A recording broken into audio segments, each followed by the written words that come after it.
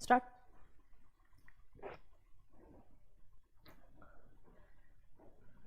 Good evening to all of you.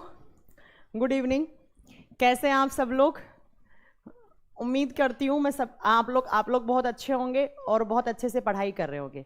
सबसे पहली बात तो बीच में आपकी 2-3 दिन क्लास नहीं हो पाई, तो वो क्लास क्यों नहीं हो पाई? तो उसका रीज़न था 2 दिन हमारी वेबसाइट है वो वेबसाइट ही बंद रही थी, कुछ काम चल रहा था वेबसाइट पे, उसके चलते हुए क्लास नहीं हो पाई।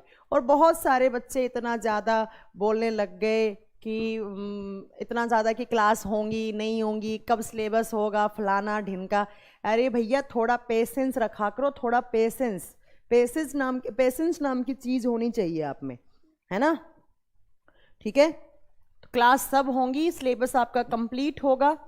एक बात और, कुछ बच्चे बोल रहे हैं, मैंने देखा एक लड़का बोल रहा है कि मैम साइंस स्पेशल में हमें डिटेल में नहीं पढ़ाया गया। क्या मुझे बता सकते हैं कि आपको डिटेल में क्या नहीं पढ़ाया गया? आप लोग कुछ भी बोलते हैं आप लोग, ठीक है? नमस्ते नमस्ते जी, गुड इवनिंग आमिर। 1-2 दिन हो जाते हैं भैया, ये टेक्निकल चीज़ें हैं और टेक्निकल चीज़ों में ना आपकी गलती है ना टीचर्स की गलती है, कुछ नहीं कर सकते इसमें, टाइम लगता है। थोड़ा बहुत पेशेंस रखना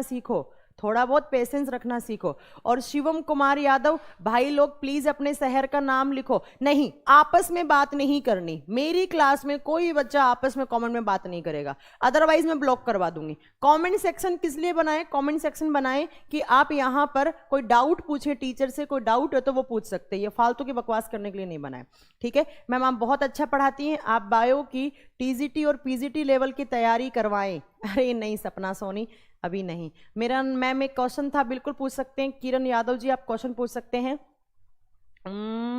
सब ओके है और क्लासेस रेगुलर चल रही हैं आपकी? ये बच्चे ये फालतू के तुम लोग क्या मतलब क्यों बोलने लग जाते हो क्लास नहीं हुई? अगर 1 से 2 दिन अगर क्लास नहीं भी होती है तो रिवाइज कर लो, पीछे का तो याद हो गया क्या तुम लोगों को सारा अभी तक पढ़ाया हुआ? बस फालतू की बकवास करने की होती है। मैम आप अभी भी ठीक नहीं अच्छा आप ऐप अभी भी ठीक, ऐप चल जाएगा ठीक, डोंट वरी, चल जाएगा। चलो फिर क्लास स्टार्ट की जाए। तो आज क्लास किसकी है? आज बायो की क्लास है। हाँ, बायोलॉजी की क्लास है आज। तो बायोलॉजी की क्लास में आपका जूलॉजी में जो भी पोर्शन बचा हुआ है वो आज हमारा पढ़ लिया जाए।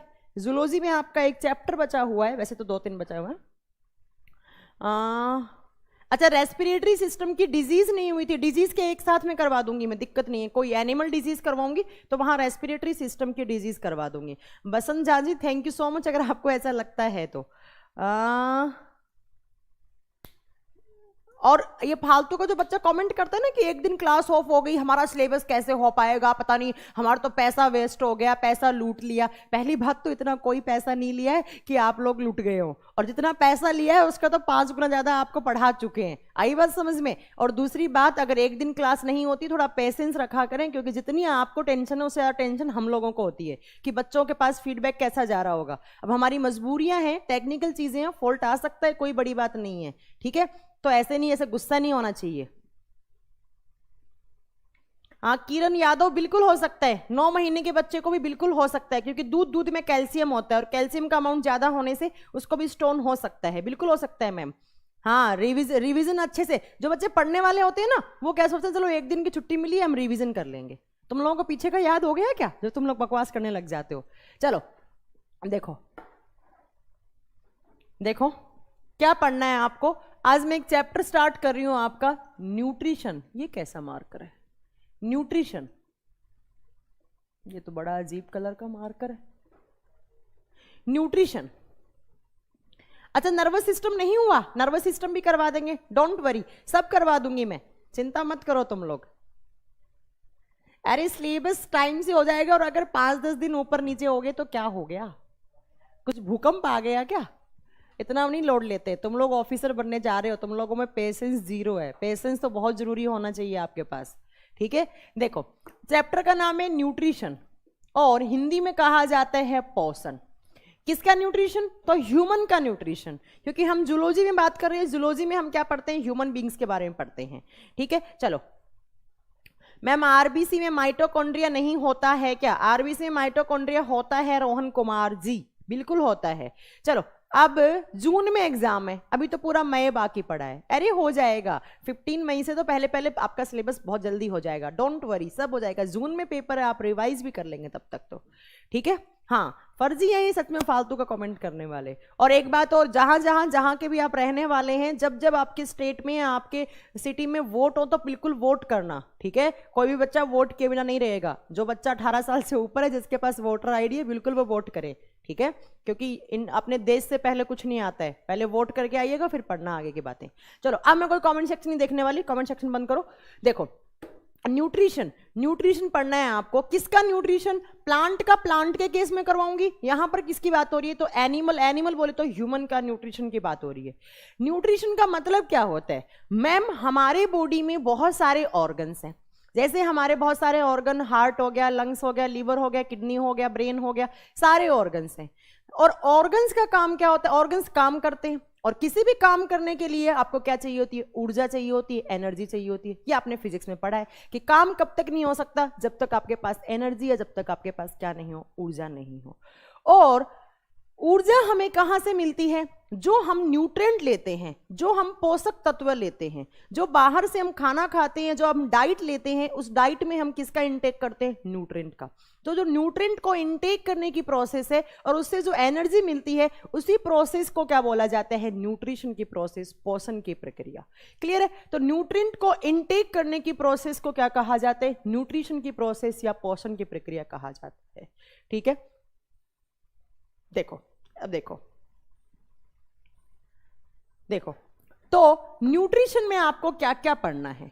4 चीजें पढ़नी है आपको। सबसे पहला पढ़ना है आपको कार्बोहाइड्रेट। 1 नंबर पे पढ़ना है कार्बोहाइड्रेट। कार्बोहाइड्रेट को हिंदी में क्या कहा जाता है? शर्करा कहा जाता है।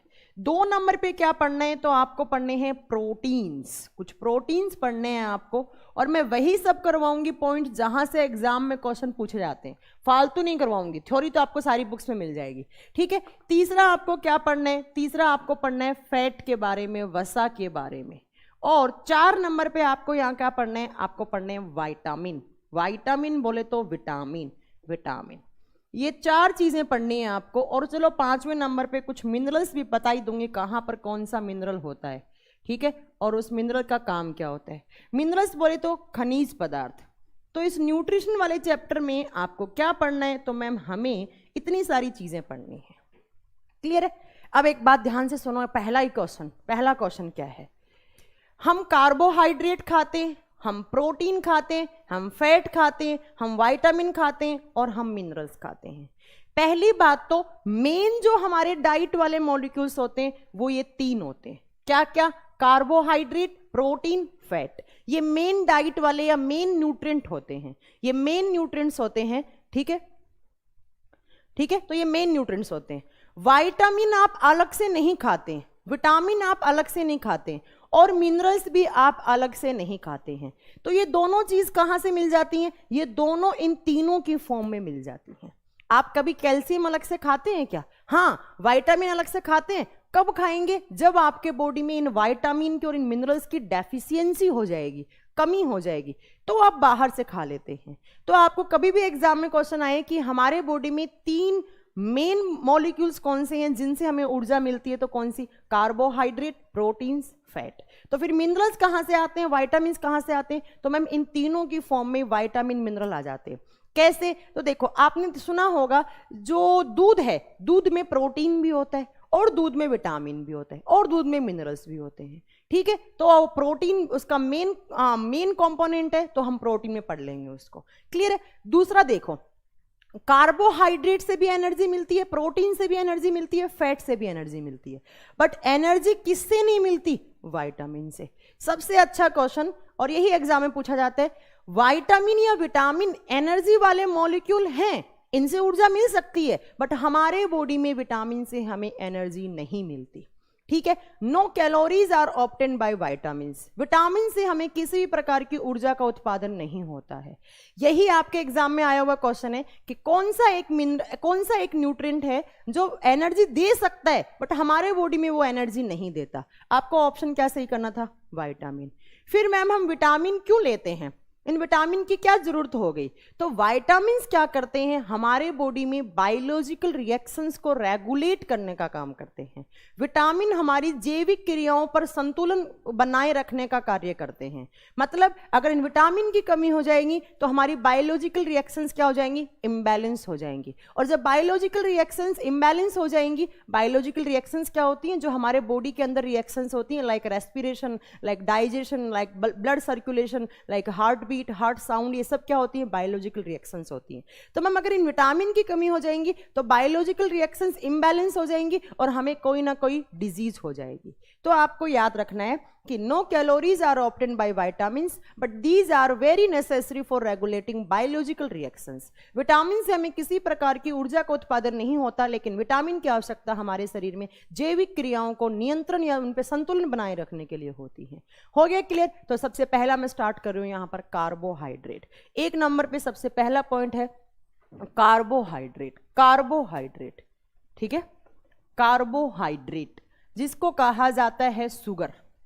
अब कार्बोहाइड्रेट से आपको क्या क्या पढ़ना है वो सुनो। कमेंट मत करो, एंड में 10-15 मिनट में आप कमेंट कर देना। क्लीन नहीं दिखाई दे रहा है, ठीक है, मैं ये वाला मार्कर छोड़ देती हूं, इससे क्लीन नहीं दिख रहा है बच्चों को, इसको भी हटा दो, सिर्फ ये मार्कर यूज में करती हूं, अब क्लीन दिखेगा। तो एक नंबर पे मैंने सबसे पहला लिख दिया है कार्बोहाइड्रेट। कार्बोहाइड्रेट, और कार्बोहाइड्रेट बेसिकली क्या होती हैं? शुगर्स। कार्बोहाइड्रेट क्या होती है? शुगर। और हिंदी में क्या कहा जाता है इनको? शर्करा कहा जाता है, शर्करा। सबसे पहला क्वेश्चन आता है कि कार्बोहाइड्रेट कौन कौन से मॉलिक्यूल से मिलकर बनी होती है? कार्बोहाइड्रेट कौन कौन से मॉलिक्यूल से मिलकर बनी होती है? Carbon, hydrogen, oxygen. ऐसा कंपाउंड जो कार्बन, हाइड्रोजन, ऑक्सीजन से मिलकर बना हो उसको हम कहते हैं कार्बोहाइड्रेट, CHO, ठीक है। दूसरा आते हैं इन CHO का मॉलिक्यूल का रेशियो क्या होना चाहिए? तो ये होना चाहिए 1:2:1। मतलब कार्बन का अगर एक मॉलिक्यूल है तो हाइड्रोजन का 2 और ऑक्सीजन का 1 मॉलिक्यूल। जैसे मैं आपको एग्जांपल देती हूं, ग्लूकोज। ग्लूकोज का फॉर्मूला क्या होता है? C6H12O6। जैसे फ्रक्टोज C11H22O11, ठीक है। तो कार्बोहाइड्रेट कौन कौन से मॉलिक्यूल से मिलकर बनी होती है? Carbon, hydrogen, oxygen. Next point आपको याद रखना है कि जो कार्बोहाइड्रेट्स होती हैं ये एनर्जी वाले कंपाउंड होते हैं। दीज आर एनर्जी कंपाउंड, ऊर्जा देने वाले यौगिक होते हैं। अभी बताया मैंने कार्बोहाइड्रेट से हमें ऊर्जा मिलती है, हमें ऊर्जा मिलती है, ठीक है। अब एक क्वेश्चन आता है कि 1 ग्राम कार्बोहाइड्रेट में 1 ग्राम C फॉर कार्बोहाइड्रेट। AC नहीं चल रहा है, देखिए, कूलिंग पे लगाइए इसको। 1 ग्राम कार्बोहाइड्रेट से कितनी कैलोरीज एनर्जी मिलती है? तो आपको ऑप्शन में सही करना है 4.3 कैलोरी। 4.3 कैलोरी। ये भी क्वेश्चन है, अच्छा क्वेश्चन है, ये भी एग्जाम में आता है। 1 ग्राम कार्बोहाइड्रेट में कितनी एनर्जी होती है? 4.3 कैलोरीज एनर्जी होती है। नेक्स्ट देखिए, ये जो कार्बोहाइड्रेट होती हैं, ये कार्बोहाइड्रेट जो होती हैं इनका फॉर्मूला क्या होता है? इनका फॉर्मूला क्या होता है? इसके फॉर्मूले को बोलते हैं CnH2ON। CnHnON।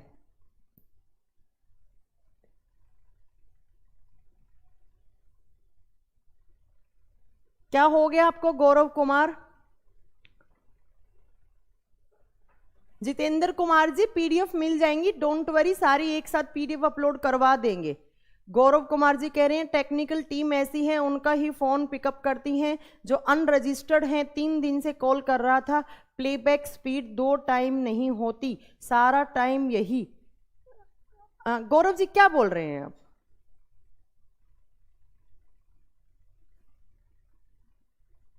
गौरव जी आप क्या बोल रहे हैं? अरे क्या हो गया तुम्हें? प्रॉब्लम क्या है गौरव? तुम बता सकते हो, मैं बता दूंगी टेक्निकल टीम को। और टेक्निकल टीम को कोई सपना आ रहा है क्या कि भैया, टेक्निकल टीम को सपना आ रहा है कि इस बच्चे का, ये जो बच्चा फोन कर रहा है वो कौन सा बच्चा होगा? बताइए अपना बताइए, अपना प्रॉब्लम बताइए, क्या प्रॉब्लम है आपकी, जल्दी से बताइए।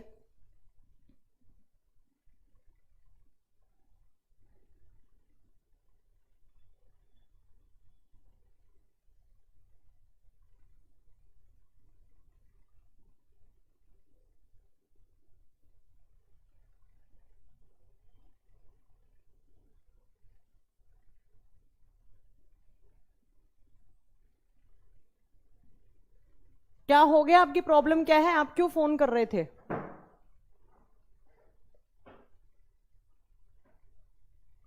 शिवम कुमार, ऐसा नहीं है, हिंदी में भी बिल्कुल।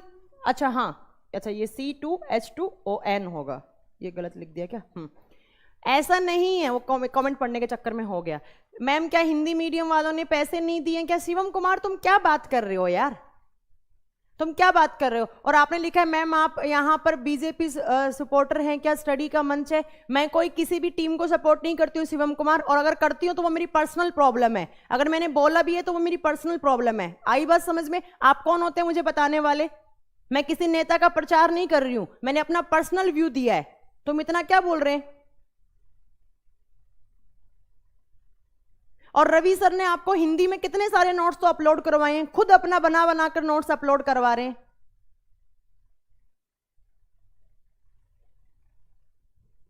कुछ भी बोलना है तुम लोगों को यार, कुछ भी बोलना है। और आपकी क्या क्या फालतू की कॉल अटेंड करेंगे? पीडीएफ नहीं मिली, पीडीएफ बना लो। भगवान ने दिमाग कम दिए है क्या? एक एक चीज बोर्ड पे लिखी जा रही है, पीडीएफ बना लो।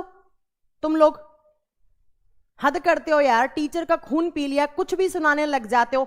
शिवम कुमार आज तो बोल दिया, अगली बार अगर ऐसे सेंटेंस बोलेंगे, वो मेरी पर्सनल व्यू था, मैं किसको सपोर्ट करती हूँ किसको नहीं करती वो मेरा प्रॉब्लम है। मैं यहां पर कोई प्रचार नहीं कर रही हूं। बोलने से पहले सुन लिया करो। और जितेंद्र कुमार आपने क्या बोला है कि पीडीएफ नहीं दे रहे? पीडीएफ मैंने आपको लास्ट क्लास में बोला था, मैं एक साथ सारे चैप्टर की पीडीएफ एक साथ दे दूंगी हिंदी में। सारी एक बार हिंदी में बन रही है, काम हो रहा है हिंदी पर, तो मैं सारी एक साथ अपलोड करवा दूंगी। और मैं ऐप के अपडेट होने का वेट कर रही हूं, जैसे ही ऐप अपडेट हो जाएगी मैं सारी पीडीएफ एक साथ दे दूंगी आपके लिए, आपको इजी हो उसके लिए। हिंदी मीडियम वालों ने पैसा नहीं दिया क्या? भैया तुमने कितना पैसा दे दिया जो तुमने खून पी लिया बोलने के लिए? लास्ट क्लास में मैंने बताया था कि अगर पीडीएफ कोई चैप्टर की नहीं मिल रही है तो बेटा तुम लोग साइंस बैकग्राउंड से नहीं हो तो तुम लोग अपने हाथों से नोट्स बनाओ। तुम में से अगर इस बैच में अगर मान लो 100 बच्चे हैं तो 100 में से 90 बच्चे अपने हाथों से पीडीएफ बनाते हैं, तो क्या वो बेवकूफ है?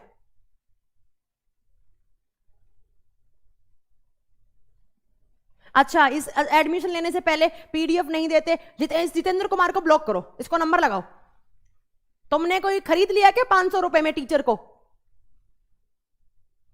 एडमिशन लेने से पहले बोलते पीडीएफ नहीं दूंगा। क्यों नहीं दी पीडीएफ? रवि सर ने एक एक चैप्टर की पीडीएफ, अब तुम लोगों में दिमाग कम है, तुम्हें नहीं देखना रहा पीडीएफ कहां है, तो उसमें टीचर की गलती है क्या?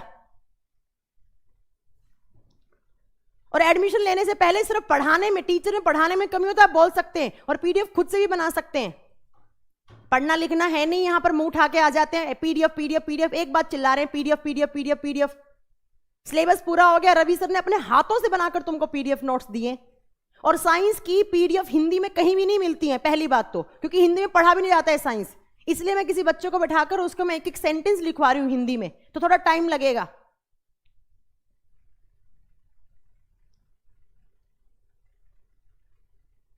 हाँ बिल्कुल देख सकते हैं गौतम कुमार जी, आप पीछे की क्लास बिल्कुल देख सकते हैं। अगर आपको ज्यादा प्रॉब्लम है जितेंद्र कुमार, आप नंबर लेना, मुझसे बात करना, मेरा नंबर लेना आप मैनेजमेंट से, मैं आपसे बात करूंगी। फालतू में या माहौल खराब करने ना मत आया करो। और क्या बोल रहे हो तुम? मैनेजमेंट सिर्फ उसी का फोन उठाता है जिसको रजिस्टर करवाना होता है नंबर। मैनेजमेंट को सपने आते हैं कि सामने वाला जो फोन कर रहा है तो वो अपना एडमिशन लेगा या किस लिए फोन कर रहा है।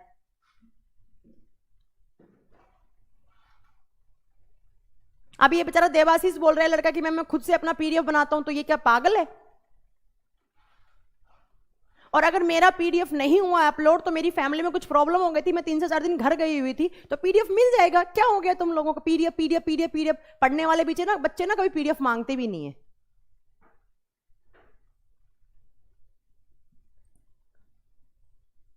सिर्फ डिस्टर्ब करने आते हैं तुम लोगों में से कुछ बच्चे, सिर्फ डिस्टर्ब करने आते हैं। मैंने कहा है जब तक अपने हाथों से नहीं लिखोगे तब तक तुम लोगों को कुछ नहीं हो सकता। हाथों से लिखी हुई बात ज्यादा याद रहती है। देखिए, अगर आपसे पूछे कार्बोहाइड्रेट किस किस मॉलिक्यूल से बने होते हैं, कार्बन, हाइड्रोजन, ऑक्सीजन। आप जितेंद्र कुमार जी और शिवम कुमार, आपसे मैं पर्सनली बात करूंगी। मैं भी देखती हूँ आपने कितना पैसा दे दिया एडमिशन के टाइम पर, क्या हो गया, आपकी क्या बात होगी। मैं आपका नंबर निकलवाती हूँ, पर्सनली मैं आपसे बात करती हूँ, ठीक है? और अगर ज्यादा इश्यू है तो कोई बात नहीं, आपका पैसा रिफंड हो जाएगा। जहां से आपको अच्छा लगे, जहां से पीडीएफ मिले, आप वहां से पढ़ लीजिए। यहाँ पे फालतू के जो मेरी क्लास में जो बच्चे पढ़ने वाले हैं उनको बिल्कुल डिस्टर्ब मत कीजिए, वो मैं बर्दाश्त नहीं कर पाऊंगी एट एनी कॉस्ट। तुम्हें देखना नहीं आ रहा है कहां पर पीडीएफ अपलोड हो रखी है? मैं रोज देखती हूँ पीडीएफ बनी हुई है। हाँ, मेरी 1-2 चैप्टर की हिंदी में नहीं मिली होंगी तो वो मिल जाएंगी, क्या हो गया? पहले टीचर पढ़ा रहा है एटलीस्ट तब तो मत बोलो, कम से कम जब क्लास खत्म हो जाए उसके बाद बोलो, कोई बात नहीं है। देखिए कार्बोहाइड्रेट्स क्या होते हैं? तो कार्बन, हाइड्रोजन, ऑक्सीजन से मिलकर बने हुए मॉलिक्यूल को क्या बोलते हैं हम? कार्बोहाइड्रेट। जैसे एग्जांपल दिया मैंने आपको ग्लूकोज, और ये एनर्जी वाले कंपाउंड होते हैं। इनके 1 ग्राम कार्बोहाइड्रेट में एनर्जी कितनी होती है? 4.3 कैलोरी एनर्जी होती है, ठीक है। और कार्बोहाइड्रेट का फॉर्मूला क्या होता है? CH2ON। N क्या है? Number of molecules. क्लियर है? नेक्स्ट आता है कि जो कार्बोहाइड्रेट्स होती हैं इनकी यूनिट क्या होती है, शर्कराओं की इकाई क्या होती है, इनकी यूनिट क्या होती है? तो देखो कार्बोहाइड्रेट की इकाई होती है सैकेराइड। सैकेराइड, कार्बोहाइड्रेट की यूनिट क्या होती है? Saccharide. Saccharide is the unit of carbohydrate, ठीक है। तो शर्कराओं की इकाई को नाम क्या कहा जाता है? सैकेराइड। एक क्वेश्चन आते हैं कि ये जो सैकेराइड है, इन 2 सैकेराइड के बीच में कौन सा बॉन्ड होता है? कार्बोहाइड्रेट की 2 यूनिट के बीच में कौन सा बॉन्ड होता है? कार्बोहाइड्रेट की 2 यूनिट के बीच में कौन सा बॉन्ड होता है? तो आपको लिखना है, देखो मैंने ऐसे लिख दिया है C और C। कार्बन, कार्बोहाइड्रेट, कार्बोहाइड्रेट, ये आप लिख सकते हैं सैकेराइड, सैकेराइड। इन 2 सैकेराइड यूनिट के बीच में कौन सा बॉन्ड होता है? तो इस बॉन्ड को नाम दिया जाता है ग्लाइकोसिडिक बॉन्ड। ग्लाइकोसिडिक बॉन्ड, ये बहुत ही अच्छा क्वेश्चन है। आपने 12th क्लास की केमिस्ट्री में लास्ट वाले चैप्टर में पढ़ा होगा, पेप्टाइड बॉन्ड, ग्लाइकोसिडिक बॉन्ड, ये बहुत सारे आपने पढ़े होंगे, ठीक है। तो ग्लाइकोसिडिक आपको लिखना है बिटवीन 2 यूनिट्स ऑफ कार्बोहाइड्रेट या between 2 units of saccharide unit glycosidic bond is found. 2 शर्कराओं की इकाई के बीच में कौन सा बंध पाया जाता है? ग्लाइकोसिडिक बंध पाया जाता है। ग्लाइकोसिडिक बंध पाया जाता है। क्लियर है? नेक्स्ट पॉइंट में देखो, इस सैकेराइड यूनिट के आधार पर कार्बोहाइड्रेट को 3 ग्रुप में डिवाइड करते हैं। सैकेराइड यूनिट के आधार पर, on the basis of saccharide unit, carbohydrates are divided into 3 groups. कौन कौन सा? Number 1 is monosaccharide, monosaccharide. Number 2 is disaccharide, या उसको बोलते हैं हम वैसे ओलिगोसैकेराइड। और नंबर 3 पे आता है polysaccharide. On the basis of saccharide unit, carbohydrates are divided into 3 groups. ठीक है, तो मैंने यहां पे लिखा है कार्बोहाइड्रेट। यहीं से क्वेश्चंस बनते हैं आपके मेन, और यही आपको याद करना है, ठीक है। शर्करा, और शर्कराओं को हम कितने भागों में विभाजित करते हैं? 3 भागों में। सबसे पहला आता है मोनोसैकेराइड। सबसे पहला कौन सा है? मोनोसैकेराइड। मोनो का मतलब होता है सिंगल, मोनो का मतलब होता है एक।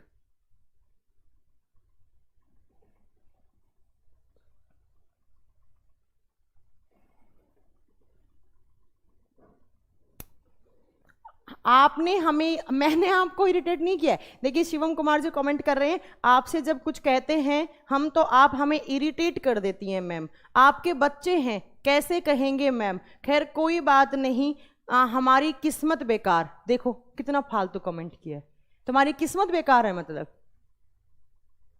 बहुत सही है बेटा, God bless you Shivam Kumar, God bless you. कोई बात नहीं, मैं टीचर हूं, मैं गलत नहीं बोल सकती। I am sorry, I am sorry, मैंने गलत बोल दिया होगा, ठीक है।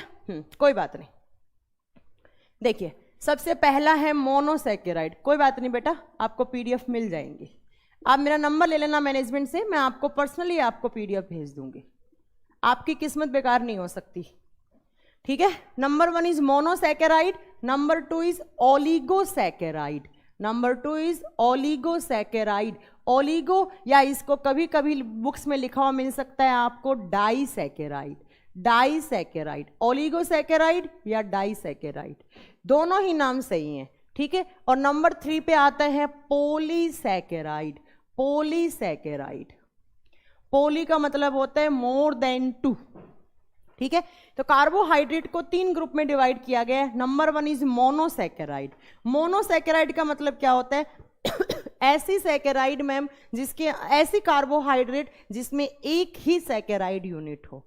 ओलिगा का मतलब होता है 2, जिसमें 2 सैकेराइड यूनिट हो, या 2 मोनोसैकेराइड से मिलकर बनता है ओलिगोसैकेराइड या डाइसैकेराइड। और जब 2 से ज्यादा हो तो उसको कहा जाता है पॉलीसैकेराइड। अब आपसे कैसे एग्जाम में क्वेश्चन पूछेगा, एग्जाम में यहां से दो टाइप के क्वेश्चन आते हैं। सबसे पहला तो आपको क्या पूछा जाएगा, सबसे पहला यहां पर पूछा जाता है कि जैसे आपसे पूछेगा ग्लाइकोजन, काइटिन, ये सब किसके एग्जाम्पल है, मोनोसैकेराइड के हैं, डाइसैकेराइड के हैं या पॉलीसैकेराइड के। उसके बाद यहां पर आपको शुगर याद करनी है। जैसे आपसे पूछे गन्ने में कौन सी कार्बोहाइड्रेट होती है, आपसे पूछे जो हम चीनी खाते हैं हमारे घरों में टेबल शुगर आती है वो कौन सी होती है, आपसे पूछे ड्राई फ्रूट्स में कौन सी कार्बोहाइड्रेट होती है, ऐसे से कुछ क्वेश्चन बनते हैं यहां से, तो वो आपको याद करने हैं। देखो सबसे पहला मोनोसैकेराइड का एग्जाम्पल कौन सा है, सबसे पहला एग्जाम्पल है यहां पर ग्लूकोज। ग्लूकोज किसका एग्जाम्पल होता है, मोनोसैकेराइड का एग्जाम्पल होता है। अब ग्लूकोज को कौन सी शुगर बोला जाता है, ग्लूकोज कहां होता है, हमारे ब्लड में होता है, बता चुकी हूं मैं। ग्लूकोज के ब्रेकडाउन से क्या मिलती है, हमें एनर्जी मिलती है। तो ग्लूकोज को कौन सी शुगर कहा जाता है, ब्लड शुगर। और एग्जाम में बहुत बार क्वेश्चन आया है कि रुधिर वाली शर्करा का नाम बताओ या ब्लड शुगर का नाम बताओ, आप क्या बोलोगे, ग्लूकोज। दूसरा यहां पर एग्जाम्पल होता है फ्रक्टोज, दूसरा यहां पर एग्जाम्पल है फ्रक्टोज। और फ्रक्टोज को कौन सी शुगर कहा जाता है, इसको कहा जाता है फ्रूट शुगर, फलों वाली शर्करा, या इसको क्या कहा जाता है, इसको दूसरा नाम इसका आप दे सकते हैं, फ्रक्टोज को दूसरा नाम दे सकते हैं आप शुगर केन शुगर, और हिंदी में इसको बोलेंगे गन्ने वाली शर्करा। अब एक बड़ा ही अच्छा सा क्वेश्चन है, क्वेश्चन पूछा जाता है कि सबसे मीठी नेचुरल कार्बोहाइड्रेट कौन सी होती है, स्वीटेस्ट नेचुरल शुगर। हाँ, ग्लूकोज से हमें एनर्जी मिलती है, बिल्कुल ग्लूकोज हम क्यों लेते हैं, तो एनर्जी के लिए मिलते हैं। डायबिटीज वाले पेशेंट को क्या खाना चाहिए, अभी बताएंगे अशोक जी, रुकिए सब बताएंगे, है ना, ठीक है। हाँ शिवम जी, बिल्कुल ग्लूकोज से एनर्जी मिलती है। देखो फ्रक्टोज, तो फ्रक्टोज के आगे मैंने एक पॉइंट लिख दिया है, it is sweetest natural carbohydrate. Sweetest natural क्यों लिखा है, क्योंकि आर्टिफिशियल भी होती हैं। स्वीटेस्ट नेचुरल कार्बोहाइड्रेट, और हिंदी में इसको क्या कहा जाएगा, सबसे मीठी प्राकृतिक शर्करा, सबसे मीठी प्राकृतिक शर्करा। ठीक है, समझ में आ जाएगा। ये क्वेश्चन पूछा जाए तो आर्टिफिशियली बताऊंगी अभी कौन सी मीठी होती है, ठीक है। फ्रक्टोज इज स्वीटेस्ट, चंदन जी आपने सही बताया। अब आइए डाइसैकेराइड या ओलिगोसैकेराइड के एग्जाम्पल पे। ओलिगोसैकेराइड का पहला एग्जाम्पल होता है यहां पर माल्टोज, पहला एग्जाम्पल है यहां पर माल्टोज। माल्टोज कैसे बनता है, तो दो मोनोसैकेराइड की यूनिट से क्या बनता है, डाइसैकेराइड या ओलिगोसैकेराइड, तो दो मोनोसैकेराइड से बनता है माल्टोज। माल्टोज को कौन सी शुगर कहा जाता है, माल्टोज को कहा जाता है माल्ट शुगर। माल्ट का मतलब होता है बीज, बेसिकली आप जो बीज वाली चीजें खाते हैं उनके अंदर जो शुगर होती है वो कौन सी होती है, माल्टोज। जैसे आपने मूंगफली खाया, मूंगफली में कौन सा होता है, माल्टोज। लाइक आपने ड्राई फ्रूट्स खाए, सनफ्लावर सीड खाए, सूरजमुखी के बीज खाए, सोयाबीन खाया, उसमें भी माल्टोज होता है, ठीक है। तो बेसिकली जो माल्ट वाली चीजें खाते हैं उनमें क्या होता है, माल्टोज। या इसको कहा जाता है आलमंड शुगर, ये भी एग्जाम में बहुत बार क्वेश्चन पूछा हुआ है। बादाम वाली शर्करा कौन सी होती है, बादाम शर्करा किसको कहेंगे, तो किसको कहेंगे, माल्टोज को। क्लियर है। इसका दूसरा एग्जाम्पल क्या होता है, इसका दूसरा एग्जाम्पल आप लिख सकते हैं लैक्टोज। दूसरा एग्जाम्पल क्या लिख सकते हैं आप, लैक्टोज। और लैक्टोज कौन सी शुगर होती है, तो लैक्टोज कौन सी होती है, लैक्टोज को कहा जाता है मिल्क शुगर, और हिंदी में क्या कहा जाता है, दूध वाली शर्करा,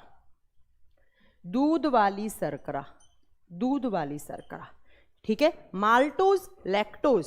उसके बाद 3 नंबर पे यहां पे एग्जाम्पल आता है, यहां पर सुक्रोज का एग्जाम्पल आता है।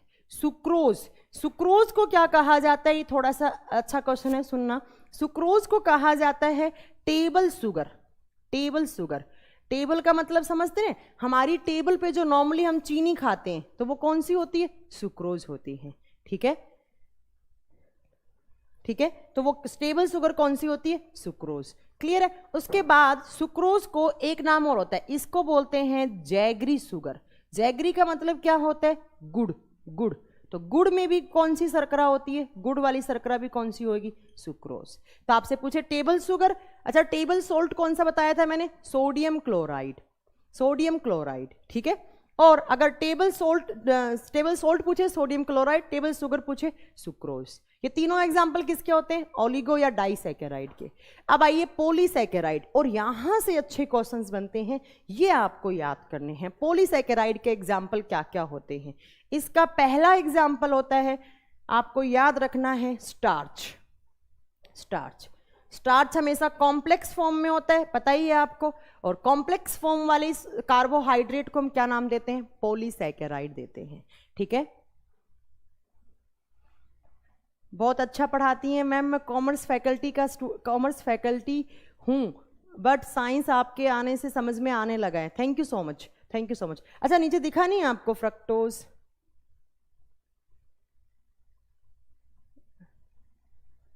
सैक्रीन, मोहम्मद अरशद जी, सैक्रीन मैं यहाँ पे नेचुरल कार्बोहाइड्रेट की बात कर रही हूँ, आर्टिफिशियल की बात नहीं कर रही हूँ, थोड़ा रुक जाइए, आर्टिफिशियल की बात नहीं कर रही हूँ मैं यहाँ पर। अच्छा ये नीचे वाला दिखा नहीं, कोई बात नहीं, टेबल शुगर के आगे लिख लो आप जैगरी शुगर, टेबल शुगर के आगे लिख सकते हैं आप जैगरी शुगर।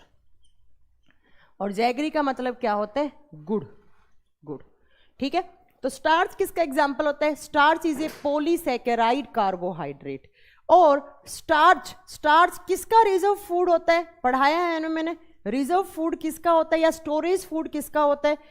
तो मैम आपने पढ़ाया था रिजर्व फूड ऑफ प्लांट्स, बता चुकी हूं मैं। एक क्वेश्चन आता है कि पादपों का संग्रहित खाना, तो मैंने यहां लिख दिया पादपों का संग्रहित खाना, संग्रहित खाना, रिजर्व फूड ऑफ प्लांट्स, पादपों का संग्रहित खाना किसके फॉर्म में होता है? In the form of starch.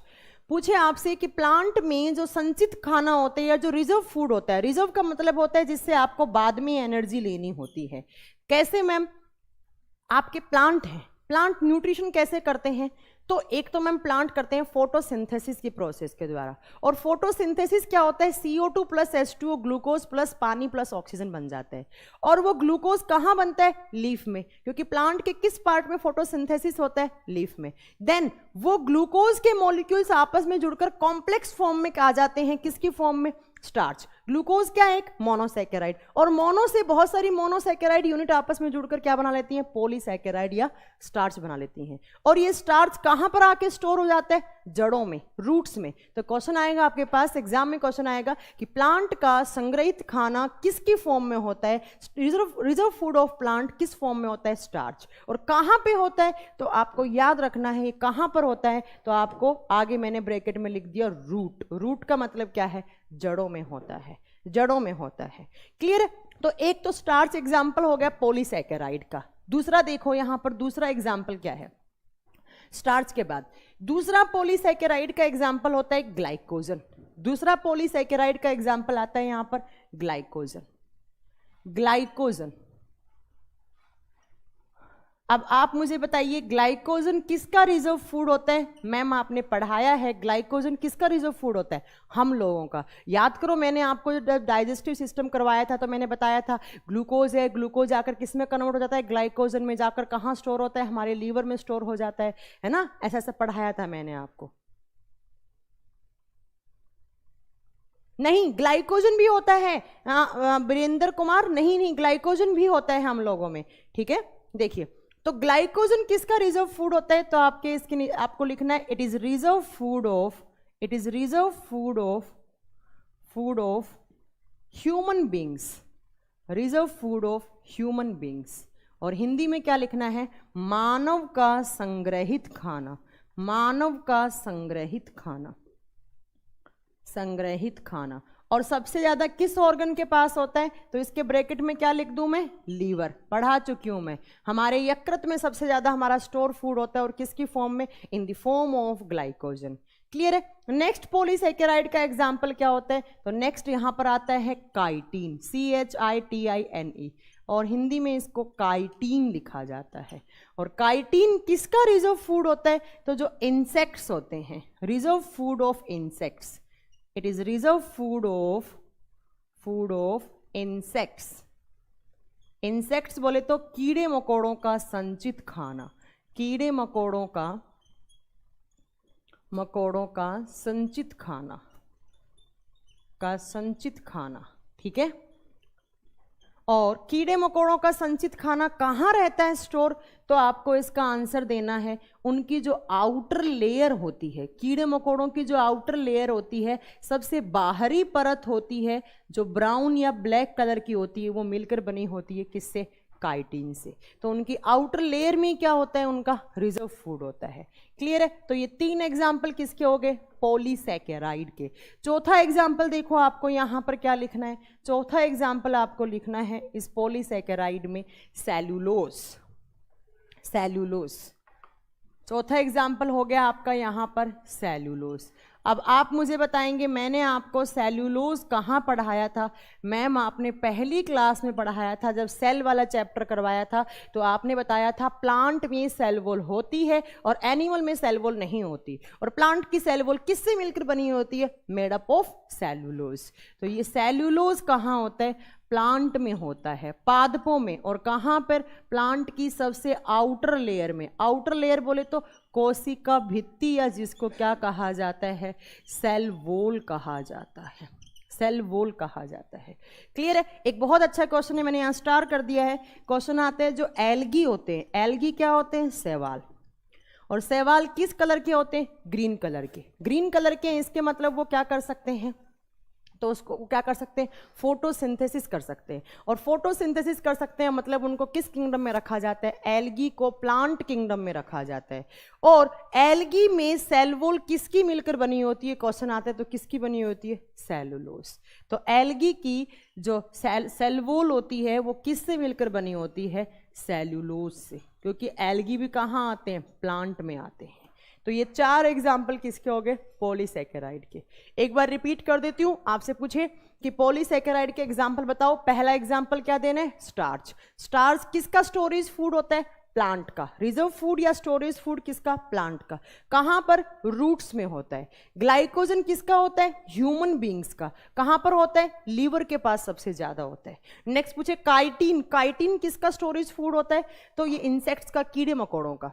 कीड़े मकोड़ों में कहाँ होते हैं, उनकी आउटर लेयर में होता है। और सेल्यूलोज, सेल्यूलोज मैम आपने बताया था प्लांट का सबसे हार्डेस्ट पार्ट होता है, सेल्यूलोज प्लांट का डेड पार्ट होता है, सब पढ़ा चुकी हूँ मैं, अब याद होना चाहिए था आपको। और कहाँ होते हैं, तो प्लांट की सेल वॉल में होता है। क्लियर है। इतनी सारी मैंने कार्बोहाइड्रेट लिखवाई है, ये सब क्या है, नेचुरल कार्बोहाइड्रेट है। और इनमें सबसे मीठी कौन सी बताई है मैंने, फ्रक्टोज।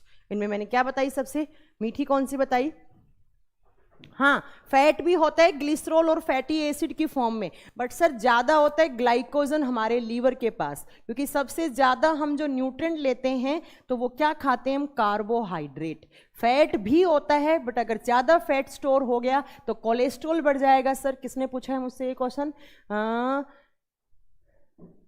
नहीं, एल्गी प्रोटिस्टा में नहीं आते हैं, प्रोटिस्टा में यूनिसेलुलर ऑर्गेनिज्म आते हैं। नहीं, तुम लोग बड़ा कंफ्यूज करते हो यार। टीचर की पढ़ाई हुई बात को चुपचाप सुन लिया करो, चुपचाप सुन लिया करो।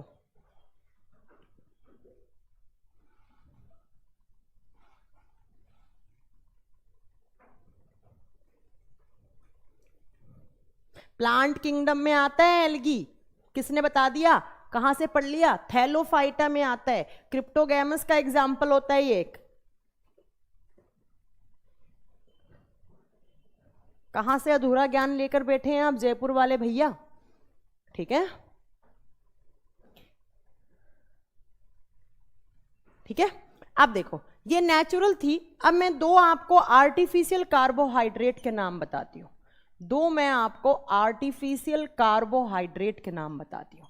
ये क्यों बता रही हूं, क्योंकि यहां से क्वेश्चन आया हुआ है, वरना मैं नहीं बताती। हिंदी में होगा प्राकृतिक शर्करा, प्राकृतिक शर्करा, प्राकृतिक शर्करा। एक क्वेश्चन आते हैं स्वीटेस्ट नेचुरल कार्बोहाइड्रेट, आंसर क्या हो जाएगा, फ्रक्टोज। आपसे पूछे स्वीटेस्ट आर्टिफिशियल कार्बोहाइड्रेट, तो 2 होती हैं, पहली होती है एस्पार्टेम, पहली होती है एस्पार्टेम, और दूसरी होती है सैकेराइन, या सैकरीन भी लिखा जाता है, सैकेराइन बोला जाता है वैसे तो, ये सैकरीन, हिंदी में सैकरीन लिखा जाता है।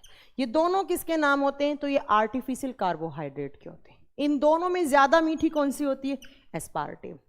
हमारे घरों में जो चीनी आती है उस चीनी के 50 चम्मच और इस एस्पार्टिम का 1 चम्मच इक्वल होते हैं। इतनी मीठी होती हैं, इसकी गोलियां आती हैं।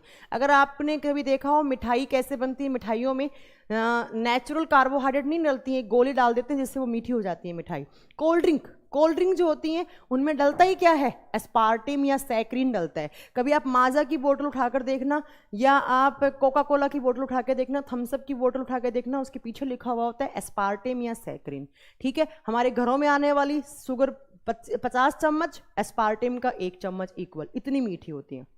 और हमारे घरों में आने वाली शुगर के 25 चम्मच और सैक्रिन का 1 चम्मच इक्वल होते हैं। ठीक है, इसीलिए इंडिया में टाइप 2 डायबिटीज होने के रीजन होते हैं सॉफ्ट ड्रिंक्स, जो आप कोल्ड ड्रिंक्स पीते हो। क्यों? क्योंकि उनमें क्या आती हैं, आर्टिफिशियल कार्बोहाइड्रेट आती हैं। तो कभी भी एग्जाम में पूछा जाए तो आप एस्पार्टिम भी आंसर सही कर सकते हैं, एस्पार्टिम ना हो तो सैक्रिन आंसर सही हो सकता है।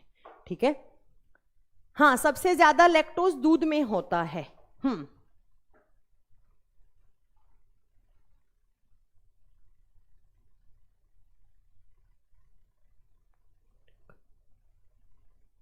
अच्छा, प्राकृतिक कृत्रिम होगा ना, हिंदी में कृत्रिम होगा, प्राकृतिक नहीं होगा, कृत्रिम शर्करा होगा। ठीक है, प्राकृतिक तो मतलब नेचुरल होगा। तो ये आपको पढ़ना था किसमें, कार्बोहाइड्रेट में। कार्बोहाइड्रेट, प्रोटीन, लिपिड्स में तो आपको सिर्फ वही पढ़ना है जहां से क्वेश्चन आते हैं। मेन जो आपका चैप्टर है वो है विटामिन। अब दूसरा लिखिए आप यहां पर, दूसरा पॉइंट, दूसरे में लिखिए प्रोटीन्स। प्रोटीन क्या होते हैं, दूसरा पॉइंट पे लिखना है आपको प्रोटीन।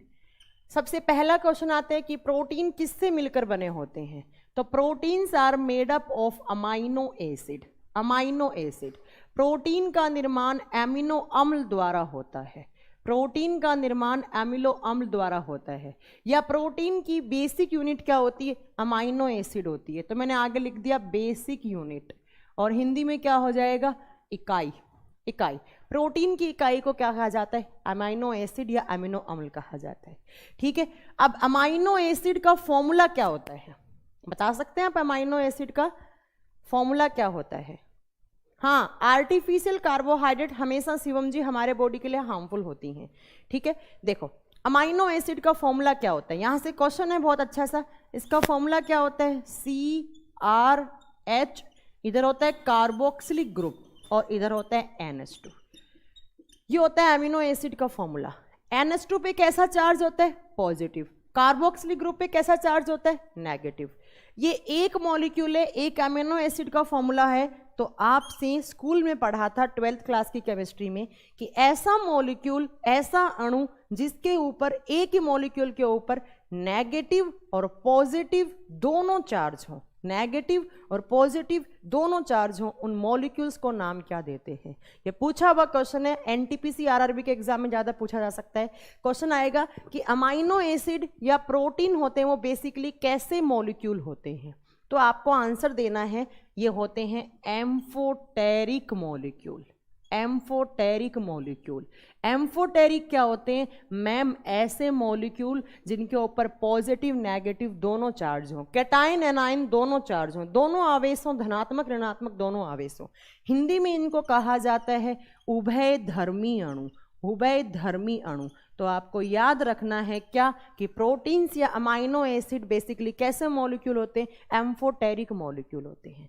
अब ये प्रोटीन किस किस से मिलकर बना हुआ है, देखो यहां पर कौन कौन हो गया, कार्बन, ऑक्सीजन, हाइड्रोजन, नाइट्रोजन। तो ये किस किस मॉलिक्यूल से मिलकर बने होते हैं, carbon, hydrogen, oxygen, nitrogen and S का मतलब होता है सल्फर।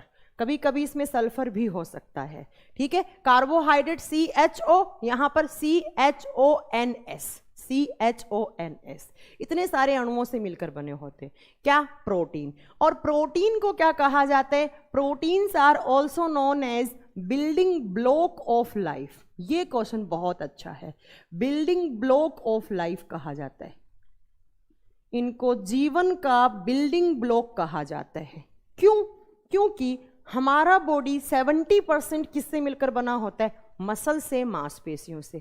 ये हमारे फेस पे दिख रहा है, ये क्या है? मांस। ये क्या है? मसल्स। ये स्किन की लेयर है, इसके अंदर भी क्या होता है? मसल्स। हमारे बॉडी में ऑर्गन्स होते हैं, वो भी किससे मिलकर बने होते हैं? मसल से। और मसल्स किससे बनती हैं? प्रोटीन या अमाइनो एसिड से बनती हैं। हमारे बॉडी का 70% मानव के शरीर का निर्माण मांसपेशियों से होता है, और मांसपेशियों किससे मिलकर बनी होती हैं? प्रोटीन या अमाइनो एसिड। जैसे एक बिल्डिंग का ब्लॉक होता है, वैसे ही हमारे बॉडी में जो हमारे ऑर्गन्स हैं उनको फॉर्म करने में कौन सा मॉलिक्यूल हेल्प देता है? तो प्रोटीन। तो प्रोटीन को क्या कहा जाता है? Building block of life. ये क्वेश्चन बहुत बार एग्जाम में पूछा हुआ है, आपको याद रखना है, ठीक है। नेक्स्ट, इन प्रोटीन से भी क्या मिलती है मैम? एनर्जी मिलती है, बता चुकी हूं मैं। These are also energy compounds. ये भी क्या होते हैं? ऊर्जा वाले यौगिक होते हैं। अब कितनी ऊर्जा मिलती है इनसे? देखो, 1 ग्राम प्रोटीन से 1 ग्राम पी फॉर प्रोटीन, और प्रोटीन से कितनी एनर्जी मिलती है? तो 4.5 कैलोरी। 4.5 कैलोरी। क्लियर है? अब आपसे पूछे, प्रोटीन जो होते हैं उनका हमारे बॉडी में, प्रोटीन का डाइजेशन होने के बाद क्या क्या मॉलिक्यूल हमारे बॉडी में बनते हैं? तो याद करो, डाइजेस्टिव सिस्टम मैंने बताया था, प्रोटीन पहले किस में जाते हैं? पेप्टोन में। फिर पेप्टोन किस में जाते हैं? अमाइनो एसिड में। तो कभी कभी एग्जाम में क्वेश्चन आ सकता है कि जो प्रोटीन्स हैं वो ह्यूमन बॉडी में किस किस फॉर्म में हो सकते हैं, तो आपको आंसर क्या देना है? पेप्टोन्स की फॉर्म में हो सकते हैं, प्लस अमाइनो एसिड की फॉर्म में हो सकते हैं। एमिनो अम्ल और प्रोटीन, एमिनो अम्ल और पेप्टोन्स की फॉर्म में हो सकते हैं। जैसे जो कार्बोहाइड्रेट हैं वो किस फॉर्म में होते हैं? या तो ग्लूकोज या ग्लाइकोजन की फॉर्म में होते हैं। ग्लूकोज ब्लड शुगर, और वो ग्लूकोज अगर स्टोर हो गया तो वो किसकी फॉर्म में चला गया? ग्लाइकोजन की फॉर्म में चला गया। क्लियर है? बता देंगे। तो ये प्रोटीन और अमाइनो एसिड दोनों फॉर्म में होते हैं।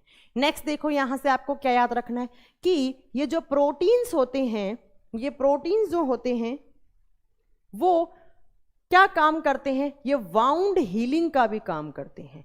वाउंड हीलिंग का मतलब होता है घाव भरने का काम करते हैं। घाव भरने का काम करते हैं।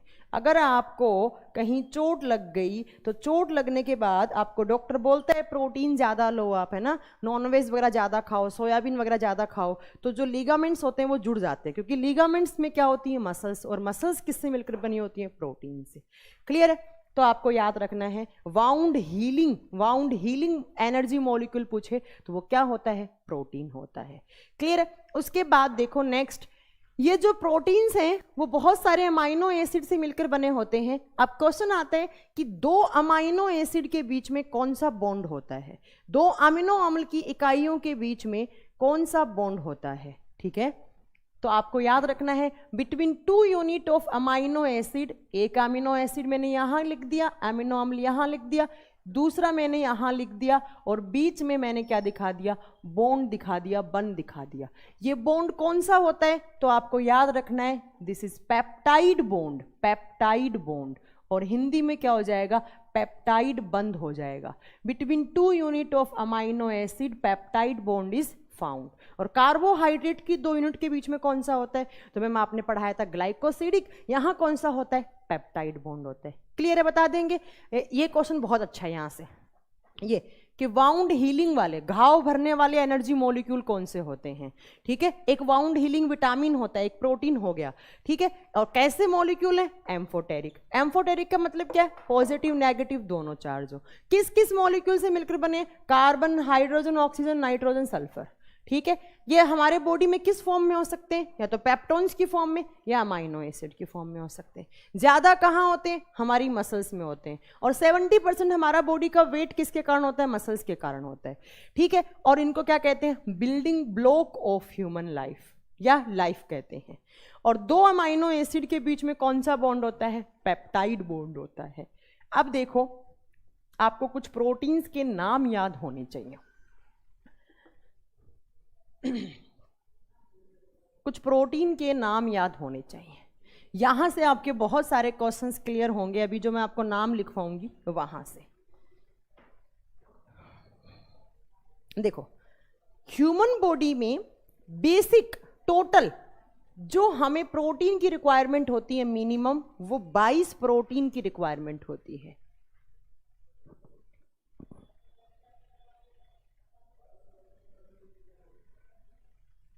नहीं 5.65 नहीं होता है। कहां से पढ़ा है संजय जयपुर तुमने? नहीं होता।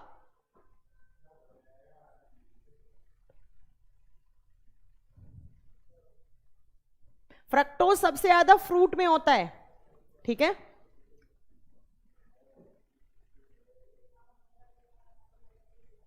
बीस वाला है वो पुरानी बुक्स में है सुदर्शन जी, 22 होते हैं टोटल। देखो एक ह्यूमन बॉडी को टोटल 22 प्रोटीन की मिनिमम रिक्वायरमेंट होती ही होती है।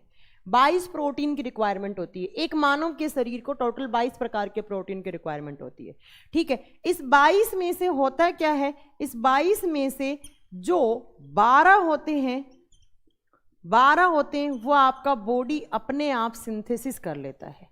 12 प्रोटीन का निर्माण कौन कर लेता है? बॉडी अपने आप कर लेता है, अपने आप सिंथेसिस कर लेता है, ठीक है। और बाकी के जो 10 होते हैं वो आप कहां से लेते हैं? डाइट के थ्रू लेते हैं। कहां से लेते हैं वो? आप डाइट के थ्रू लेते हैं। क्या पढ़ा आपने एनसीईआरटी की बुक से कि 5.65 एनर्जी होती है? कौन सी क्लास की एनसीईआरटी से पढ़ा आपने?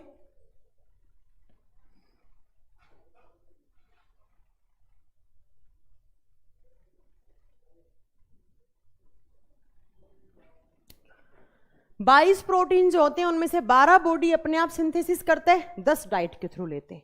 अब आपको पता होना चाहिए इन 12 में से कुछ नाम याद होने चाहिए और इन 10 में से भी आपको कुछ नाम याद होने चाहिए, ठीक है। पहले देखो इन 12 में से आपको क्या क्या नाम याद करने हैं। सबसे पहले आपको नाम याद करना है थ्रोम्बिन प्रोटीन।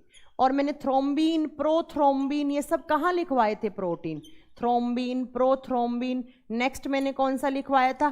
Fibrin protein. उसके बाद लिखवाया था मैंने फाइब्रिनोजन प्रोटीन। उसके बाद मैंने आपको लिखवाया था ग्लोबिन प्रोटीन। ये सब नाम हिंदी में भी सेम है। उसके बाद मैंने लिखवाया था ग्लोब्यूलिन प्रोटीन।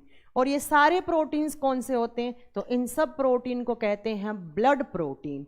ये सारे कहाँ होते हैं? हमारे ब्लड के अंदर होते हैं, ठीक है।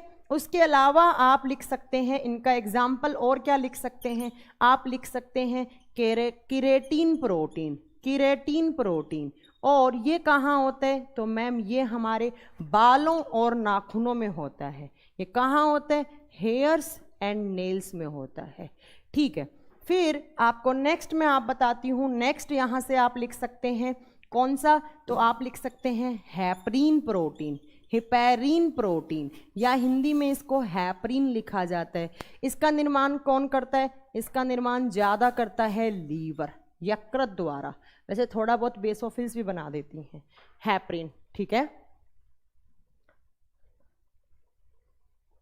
हाँ, राइबोसोम सिंथेसिस कर लेता है। मनीष राय जी आपने सही आंसर दिया है। राइबोसोम और आपका जो ईआर होता है वो दोनों सिंथेसिस कर लेते हैं, ठीक है। उसके बाद देखो, उसके बाद आप कौन सा इसका एग्जाम्पल दे सकते हैं? आप इसका एग्जाम्पल देख सकते हैं एक और, कौन सा? Ossein protein. ये अच्छा क्वेश्चन है, ये भी याद रखना। ओसीन कहाँ होता है? तो ओसीन होता है हड्डियों में। तो इसके आगे मैंने लिख दिया बोन्स में होता है। ये कहाँ होता है ओसीन? हड्डियों में। उसके बाद आप लिख सकते हैं actin, actin and myosin protein, actin and myosin protein. ये भी कहाँ होते हैं? ये होते हैं हमारी मसल्स में, ये मसल्स में, पेशियों में होते हैं, पेशियों में। उसके बाद आप लिखो, उसके बाद आप लिख सकते हो स्किन में होता है एक। स्किन में कौन सा प्रोटीन होता है? कोलेजीन प्रोटीन होता है। स्किन में कौन सा प्रोटीन? कोलेजीन। ये कहाँ? तो इसकी लोकेशन मैं रेड पेन से लिख देती हूँ, स्किन में, हमारी त्वचा में। ये इतने सारे कुछ कुछ आपको नाम याद करने ही पड़ेंगे, इसमें मैं कुछ नहीं कर सकती। हाँ, हैपरिन लीवर बनाता है, ठीक है। ब्लड में भी और प्लाज्मा में भी होते हैं ये सारे, ठीक है। तो कुछ कुछ याद कर लो, ज्यादा नहीं तो इतने सारे आप याद कर लो। अब आपसे एग्जाम में क्वेश्चन क्या पूछेगा कि इन 12 में सबसे ज्यादा प्रोटीन कौन सा होता है? क्वेश्चन आएगा most abundant protein in human body, और वो कहाँ होता है? ह्यूमन बॉडी में सबसे ज्यादा अमाउंट में पाए जाने वाला प्रोटीन कौन सा है और कहाँ होता है? चलिए जल्दी से आंसर दीजिए, कौन सा हो सकता है? सबसे ज्यादा कौन सा होता है? जल्दी बताइए, हमारे बॉडी में सबसे ज्यादा कौन सा होता है?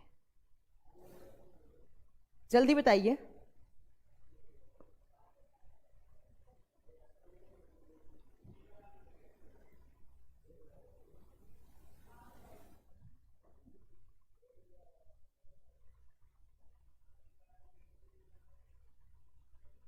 जल्दी बताइए कौन सा होना चाहिए? फाइब्रिनोजन। गलत है आंसर, आंसर गलत है। देखो सबसे ज्यादा होता है हमारे बॉडी में कोलेजिन प्रोटीन। देखो हमारा सबसे बड़ा अंग कौन सा होता है, लार्जेस्ट ऑर्गन कौन सा होता है? स्किन। बता चुकी हूं मैं, लार्जेस्ट आउटर ऑर्गन की बात कर रही हूं। अगर लार्जेस्ट और हैवीएस्ट इंटरनल ऑर्गन पूछे तो लीवर होता है, ठीक है। तो लार्जेस्ट ऑर्गन कौन सा होता है? स्किन। तो ऑब्वियस सी बात है मैम, स्किन में जो प्रोटीन होगा वो क्या होगा? सबसे ज्यादा अमाउंट वाला प्रोटीन होगा। और स्किन में सबसे ज्यादा कौन सा होता है? Collagen protein. तो आपको लिखना है it is most abundant protein in human body. It is most abundant protein in human body, ठीक है। सबसे ज्यादा मात्रा में पाए जाने वाला प्रोटीन पूछा जाए एग्जाम में कौन सा, तो कोलेजिन प्रोटीन। कहाँ होता है? हमारी स्किन में, ह्यूमन स्किन में, ठीक है। ये कुछ प्रोटीन्स, ये कौन से प्रोटीन है? वो प्रोटीन जिनका निर्माण हमारे बॉडी में हमारी सेल्स ऑटोमेटिकली उनको सिंथेसिस करके कर लेती हैं, ठीक है। उसके बाद नेक्स्ट आपको पढ़ना है कि उन प्रोटीन के नाम बताओ कुछ कुछ जो आप डाइट की फॉर्म में लेते हैं। ज्यादा नहीं, थोड़े बहुत 4-5 नाम याद होने चाहिए, ज्यादा नहीं, 4-5 नाम याद होने चाहिए। देखिए ये वो प्रोटीन है जो आप डाइट की फॉर्म में लेते हैं बाहर से, आउटसाइड। ये 10 प्रोटीन क्या है, तो आप ये डाइट की फॉर्म में लेते हैं। कौन कौन से आपको याद रखने? देखो सबसे पहला आप याद रख सकते हो कैरोटीन प्रोटीन। और कैरोटीन कहाँ होता है मैम? गाजर में होता है, कैरेट में होता है, ठीक है। कैरेट बोले तो गाजर में होता है। दूसरा आप प्रोटीन याद कर सकते हैं एल्ब्यूमिन प्रोटीन। एल्ब्यूमिन प्रोटीन कहाँ होता है मैम? अंडे में होता है एल्ब्यूमिन। हाँ थोड़ा बहुत एल्ब्यूमिन हमारा लीवर भी बनाता है, तो इसके आगे क्या लिखूं? एग में होता है, अंडे में। तीसरा आप लिख सकते हैं केसीन प्रोटीन। केसीन प्रोटीन कहाँ से मिलता है? बताया है मैंने, दूध से मिलता है, मिल्क में होता है केसीन प्रोटीन। 4 नंबर पे आप क्या लिख सकते हैं? 4 नंबर पे आप इसका एग्जाम्पल लिख सकते हैं जिलेटिन प्रोटीन। जिलेटिन प्रोटीन, ये अच्छा क्वेश्चन है। और जिलेटिन कहाँ होता है? तो ये होता है कोकोनट में, नारियल के पानी में, कोकोनट वाटर में ज्यादा होता है, ठीक है। कोकोनट वाटर में, नारियल पानी में होता है। और इसके अलावा आप लिख सकते हैं ल्यूकोपिन प्रोटीन। ल्यूकोपिन या लाइकोपिन भी बोला जाता है इसको। ये कहाँ होता है? तो ये टमाटर में होता है। ये कहाँ होता है? टमाटर में होता है, ठीक है। ये ऐसे प्रोटीन हैं जो आप बाहर से डाइट की फॉर्म में लेते हैं। क्लियर है? आप कभी कभी एग्जाम में पूछ ले जाता है कि सबसे ज्यादा बाहर से लिए जाने वाले प्रोटीन का नाम बताओ। आपको आंसर लिखना है मिल्क वाला। दूध ज्यादा पीते हैं तो केसिन प्रोटीन ज्यादा लेते हैं बाहर से, हम बता देंगे, ठीक है। हाँ करणवीर जी आपने सही आंसर दिया है, बिल्कुल सही आंसर दिया है। ये कुछ प्रोटीन्स के आपको नाम याद करने हैं कि कौन सा प्रोटीन कहाँ होता है। ये आपको याद करने हैं कुछ प्रोटीन्स की कौन सा प्रोटीन कहाँ होता है। अब याद तो आपको करने ही पड़ेंगे, इसमें मैं कुछ नहीं कर सकती।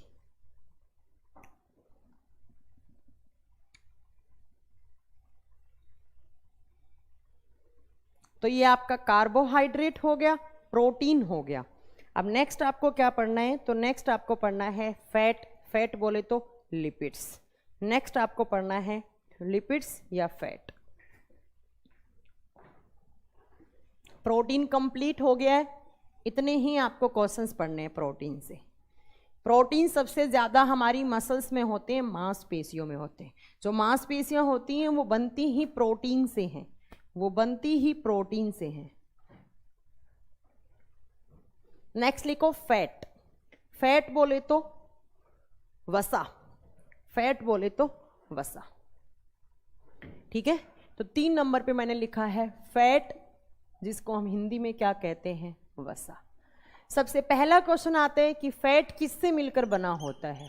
अरे यार इन मार्कर में क्या हो गया, थोड़ा इंक फिल कीजिए, इनमें क्या हो गया है, सारे मार्कर। देखो फैट वसा, वसा किस किस से मिलकर बनी होती है? तो वसा मिलकर बनी होती है फैटी एसिड से।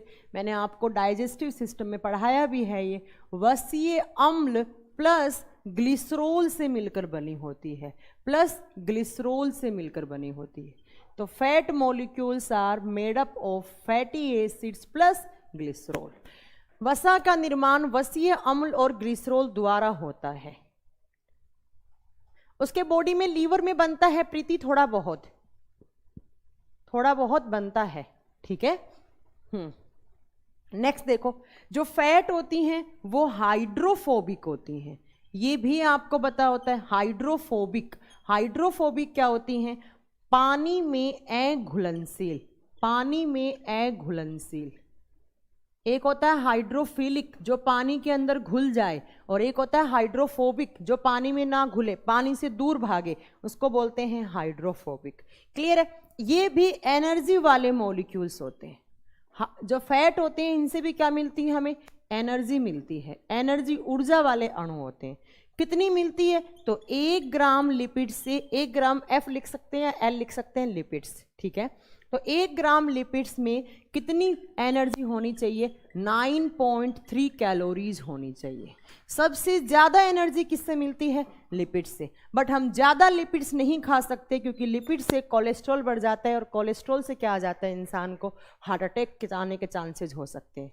देखो, आपसे पूछे कि हम इंस्टेंट एनर्जी लेने के लिए कौन सा न्यूट्रिएंट लेते हैं? कार्बोहाइड्रेट लेते हैं ना, ग्लूकोज, फ्रक्टोज, डेक्सट्रोज, या रेड बुल पीते हैं आप जिसमें इंस्टेंट एनर्जी होती है, तो उन सब में क्या होता है? कार्बोहाइड्रेट, ठीक है। आपसे पूछे एनर्जी वाला मॉलिक्यूल, सबसे ज्यादा एनर्जी देने वाला मॉलिक्यूल्स कौन सा होते हैं? फैट या वसा होते हैं। बट आपको ये बात याद रखनी है कि फैट के मॉलिक्यूल में ऊर्जा तो ज्यादा होती है, बट हम फैट ज्यादा नहीं खा सकते। फैट ज्यादा खाएंगे तो क्या बढ़ जाएगा? कोलेस्ट्रॉल, और कोलेस्ट्रॉल बढ़ने से क्या आ सकता है? हार्ट अटैक आ सकता है। तो हम क्या खाते हैं सबसे ज्यादा? कार्बोहाइड्रेट। बट एनर्जी ज्यादा किस में होती है? फैट में होती है। क्लियर है? अब फैट कितने टाइप की होती है? तो फैट 2 टाइप की होती है। कौन कौन सी? एक होती है saturated fatty acid, saturated fatty acid, Hindi में इसको कहा जाता है संतृप्त वसा, संतृप्त वसा। और एक होता है unsaturated fatty acid, unsaturated fatty acid. इनके एग्जाम्पल एग्जाम में पूछे जाते हैं। हिंदी में बोलते हैं असंतृप्त वसा, असंतृप्त वसा। एक होती है सैचुरेटेड और एक होती है अनसैचुरेटेड फैटी एसिड, ठीक है। नमस्ते, ठीक है। एक होती है सैचुरेटेड, एक होती है अनसैचुरेटेड। अब सैचुरेटेड का मतलब क्या होता है? ऐसी फैट या ऐसी वसा जिसमें सिंगल बॉन्ड हो, जिसमें सिंगल बॉन्ड हो, जिसमें एक ही बंध पाया जाता है, एक ही बंध पाया जाता है। ऐसी फैट जिसके अंदर एक ही बॉन्ड होता है उसको कहा जाता है सैचुरेटेड फैटी एसिड। इसके एग्जाम्पल, तो इसके एग्जाम्पल आपको याद करने हैं। क्या क्या होता है इसका एग्जाम्पल? आप लिख सकते हैं वनस्पति घी, मीट, बटर, देसी घी। इसके एग्जाम्पल लिख सकते हैं आप वनस्पति घी, वनस्पति घी। इसका एग्जाम्पल लिख सकते हैं आप देसी घी, इसका एग्जाम्पल लिख सकते हैं आप देसी घी। इसका एग्जाम्पल लिख सकते हैं आप मीट, इसका एग्जाम्पल लिख सकते हैं आप फिश, मछली। तो ये किसका एग्जाम्पल होते हैं? ये सारे एग्जाम्पल हैं सैचुरेटेड फैटी एसिड के। अनसैचुरेटेड का मतलब क्या होता है? ऐसी फैट जिसके अंदर डबल बॉन्ड हो, ऐसी फैट जिसके अंदर डबल बॉन्ड हो, उसको क्या बोलते हैं हम? Unsaturated fatty acid. Double bond या द्विबंध पाया जाता है। एग्जाम्पल पूछे जाएं इसके, तो इसके एग्जाम्पल आपको देने हैं क्या क्या? सबसे पहला हो गया कोकोनट ऑयल, कोकोनट ऑयल। दूसरा हो गया मस्टर्ड ऑयल, मस्टर्ड ऑयल। आप इसका एग्जाम्पल देख सकते हैं olive oil, olive oil, oil Hindi में होता है जैतून का तेल, जैतून का तेल, या सोयाबीन ऑयल। ये सारे एग्जाम्पल किसके होते हैं? तो ये सारे के सारे एग्जाम्पल कहाँ पर आते हैं? अनसैचुरेटेड फैटी एसिड्स, ठीक है। कोकोनट ऑयल, मस्टर्ड ऑयल या फिश ऑयल। देखो फिश का जो मीट आता है वो कहाँ पर आएगा? सैचुरेटेड फैटी एसिड में। बट जो फिश का ऑयल होता है वो कहाँ आता है? अनसैचुरेटेड फैटी एसिड में। तो यहाँ पर फिश ऑयल होगा, मछली का तेल। क्लियर है? ये आपको फैट में पढ़ना था। फैट कहाँ स्टोर होती हैं? तो फैट हमारे मसल्स में स्टोर होती हैं। इनका स्टोर हाउस पूछे या इनका स्टोरेज पूछे कहाँ होती हैं, तो हमारे लीवर में होती हैं, प्लस हमारी मसल्स में होती हैं, हमारे यकृत में और हमारी मांसपेशियों में स्टोर होती हैं फैट। किस फॉर्म में, तो कुछ होती हैं ग्लिसरॉल की फॉर्म में, और कुछ होती हैं फैटी एसिड की फॉर्म में, और कुछ होती हैं फैटी एसिड की फॉर्म में। इतने सारे पॉइंट आपको फैट में याद रखने हैं।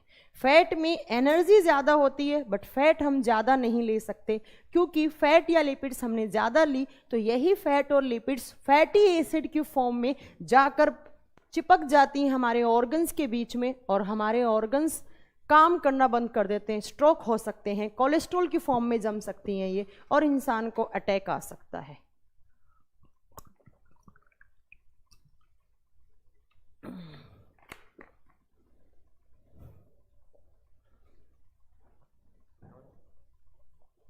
आपने उल्टा लिख दिया है सुदर्शन जी। सुदर्शन जी जो आप, इसका वाइस वर्सा होता है, आपने उल्टा लिख दिया है, ठीक है। तो ये आपको पढ़ना था किस किस में, एनर्जी वाले मॉलिक्यूल्स में। अब आपका मेन चैप्टर स्टार्ट होता है। ये सब तो मैंने आपको करा दिए क्योंकि इनसे भी कभी कभी क्वेश्चंस बन जाते हैं। अब आपका मेन चैप्टर स्टार्ट होता है क्या, तो वाइटामिन्स, विटामिन। और जो मेन पढ़ना है आपको वो क्या पढ़ना है, विटामिन पढ़ना है। यहां से भी क्वेश्चन बन जाते हैं, इसलिए मैंने आपको पढ़ा दिए हैं, ठीक है। अब मैं लिखती हूं यहां पर विटामिन या विटामिन, जहां से आपके बहुत सारे क्वेश्चंस बनते हैं। सबसे पहला क्वेश्चन आता है, विटामिन की खोज किसने की।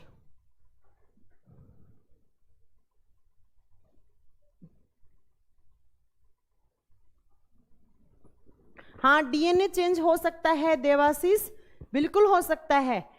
डीएनए आइसोलेशन से डीएनए चेंज हो सकता है। पढ़ाऊंगी थोड़ा सा बताऊंगी ये मैं कैसे होता है। फैट कैसे बढ़ जाता है, जब आपके बॉडी में बाइल जूस की कमी हो जाती है, तो बाइल जूस फैट को फैटी एसिड में कन्वर्ट नहीं कर पाता है, तब आपके बॉडी में फैट का अमाउंट ज्यादा हो जाता है।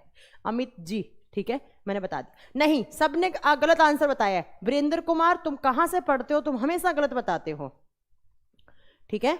देखो, फैट की जो विटामिन हैं, अगर आपसे पूछे विटामिन की खोज किसने की, तो vitamin was discovered by Hopkins. Hopkins नाम के साइंटिस्ट ने खोज की, किसकी, तो विटामिन की। बट ये जो विटामिन वर्ड है वो किसके द्वारा दिया गया, तो विटामिन वर्ड दिया गया था फंक के द्वारा, FUN के, फंक द्वारा दिया गया। ये आपको याद रखना है। नहीं, गुप्ता विकास आपने गलत बताया है, फंक ने नाम दिया था, पर विटामिन की खोज किसने की थी, तो हॉपकिंस ने की थी। नेक्स्ट पॉइंट में आपको लिखना है कि विटामिन से हमें कैलोरीज नहीं मिलती हैं। No calories are obtained by vitamins. कोई भी ऊर्जा का उत्पादन नहीं होता है, कोई भी। ये क्वेश्चन बहुत अच्छा है इसलिए मैं लिख भी रही हूं, कोई भी ऊर्जा का उत्पादन नहीं होता है। फिर हम क्यों लेते हैं, तो विटामिन्स क्या करते हैं, उत्पादन नहीं होता है। विटामिन्स हमारे बॉडी में बायोलॉजिकल रिएक्शंस को रेगुलेट करने का काम करते हैं, और अगर इन विटामिन की कमी हो जाएगी, अगर इनकी डेफिशिएंसी हो जाएगी, तो क्या हो जाती है, हमें बीमारी हो जाती है, बीमारी हो जाती है, बायोलॉजिकल रिएक्शंस इम्बैलेंस हो जाती हैं। ल्यूसेंट में फंक लिखा है तो ये बिल्कुल नहीं पढ़ना है। हाँ, वर्ड गिवन बाय, अरे डायबिटीज वाला आंसर देंगे अशोक कुमार। पहले मैं पढ़ाऊंगी कि डायबिटीज दो टाइप की होती है, एक होता है इंसुलिन डिपेंडेंट, एक होता है इंसुलिन इंडिपेंडेंट, तो दोनों के लिए अलग होते हैं, बताऊंगी, ठीक है। ठीक है, देखो अब नेक्स्ट आता है विटामिन कितने टाइप के होते हैं, तो विटामिन दो टाइप के होते हैं। कौन कौन सा, सबसे पहला आता है fat soluble vitamin. Fat soluble vitamin ऐसे विटामिन्स जो वसा में घुल जाते हैं, वसा में घुलनशील विटामिन। जल्दी से बताइए कौन कौन से होते हैं फैट सोल्यूबल विटामिन। ऐसे विटामिन जो वसा में घुल जाएंगे। वसा बोले तो इतने सारे अभी एग्जाम्पल लिखे थे, मीट में, बटर में, या घी में, या तेल में, कोई भी तेल में घुल जाएं, उनको क्या कहा जाता है? तो उनको क्या कहा जाता है? आप फैट सोल्यूबल विटामिन। दूसरे कौन से होते हैं? तो दूसरे आते हैं यहां पर water soluble vitamin. Water soluble vitamin, ऐसे विटामिन जो किसके अंदर घुल जाते हैं? वाटर के अंदर। हिंदी में क्या होगा? पानी में घुलनशील विटामिन। ऐसे विटामिन जो पानी के अंदर घुल जाते हैं। क्यों? क्योंकि ma'am water is a universal solvent, school में पढ़ा है, पानी में तो सब कुछ घुल सकता है। वाटर सोल्यूबल विटामिन, पानी में घुलनशील विटामिन। एक होते हैं फैट में सोल्यूबल और एक होते हैं वाटर में सोल्यूबल। पहले बताओ वाटर सोल्यूबल कौन कौन से होते हैं? हाँ जी, बिल्कुल सही बताया आप सब लोगों ने। फैट सोल्यूबल होते हैं vitamin A, vitamin D, vitamin E, vitamin के। बच्चा इसको उल्टा याद करता है, KEDA, कीड़ा नाम से याद करता है।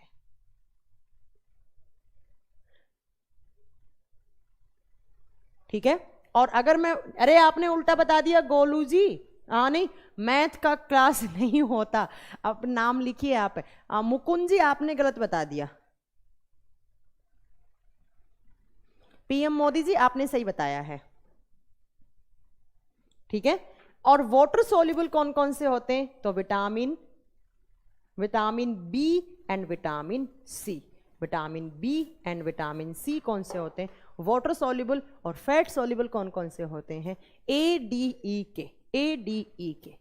अब आपको ये सारे विटामिन पढ़ने हैं, ये सारे विटामिन पढ़ने हैं आपको, एक एक करके सारे डिटेल में पढ़ने हैं।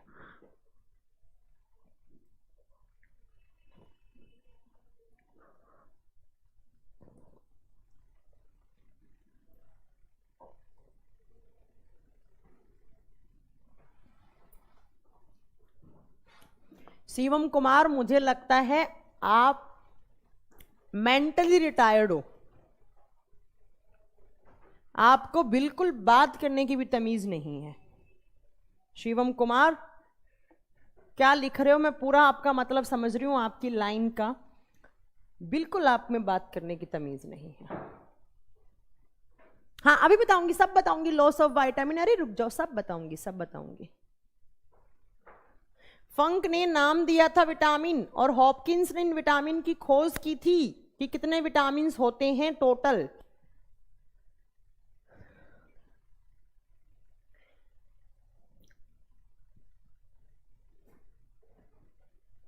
और PM मोदी जी आप प्लीज अपना नाम चेंज कर लीजिए। यहां पर बच्चा फिर फालतू का गुस्सा करता है मेरे पे। आप प्लीज अपना नाम चेंज कीजिए, वरना मैं आज के बाद आपका कमेंट नहीं पढ़ूंगी। आप अपना रियल नेम लिखिए यहां पर।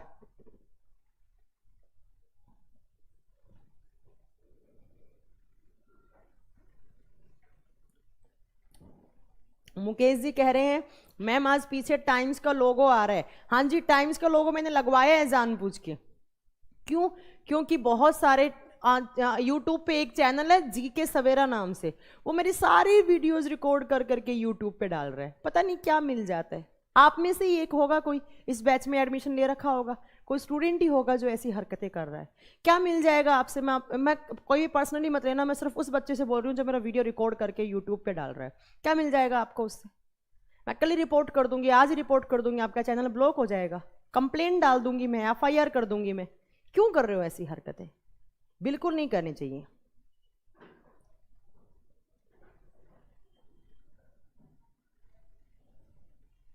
ठीक है, देखिए अब देखो आपको कौन कौन से पढ़ने हैं। पहले मैं आपको पढ़ा रही हूं फैट सोल्यूबल विटामिन। फैट वाले कौन से होते हैं? Vitamin A, vitamin D, vitamin E, vitamin के। सबसे पहला विटामिन लिख रही हूं मैं यहां पर, कौन सा? Vitamin A. सबसे पहला विटामिन लिखा है मैंने, कौन सा? Vitamin A. ठीक है, विटामिन ए।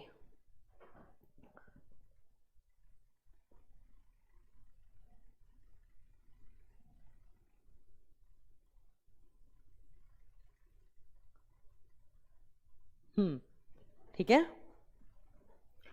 प्लीज जो भी मेरे वीडियो रिकॉर्ड कर रहा है, मैं उससे मैं प्लीज हाथ जोड़ के रिक्वेस्ट कर रही हूँ, प्लीज ये मत कीजिए, क्योंकि अच्छा नहीं लगता ऐसे किसी टीचर की डिसरेस्पेक्ट कर रहे हैं आप यूट्यूब पे। प्लीज मेरा वीडियो रिकॉर्ड मत कीजिए, अदरवाइज मुझे एक्शन तो लेना है, मैं कर लूंगी जो मुझे करना है, ठीक है? कोई भी नहीं करना, ऐसा नहीं करना है।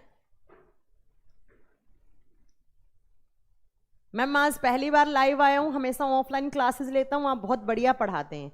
अच्छा, तो आपको पढ़ाया हुआ अगर समझ में आ रहा है तो बहुत अच्छी बात है। उमाशंकर आपका नाम दिख रहा है, नाम में क्या रखा है यार वैसे भी, ठीक है? सबसे पहला विटामिन मैंने कौन सा लिखा है यहाँ पर? Vitamin A. अब इन आपको विटामिन में पढ़ना क्या है? आपको इन विटामिन में 3 चीजें पढ़नी होती है। सबसे पहला पढ़ना होता है इन विटामिन का केमिकल नेम। इन विटामिन्स के हमेशा केमिकल नेम होते हैं, इनके रासायनिक नाम होते हैं। जैसे आपने पढ़ा होगा विटामिन ए को रेटिनोल, विटामिन डी को कैल्सिफेरॉल बोलते हैं, विटामिन B12 को साइनोकोबाल्मिन बोलते हैं, विटामिन B1 को थायमीन बोलते हैं, ऐसा है ना, ठीक है? दूसरा आपको क्या पढ़ना है? दूसरा यहां पर पढ़ने हैं सोर्सेज। सोर्सेज का मतलब है किस विटामिन का कौन सा सबसे अच्छा सोर्स होता है।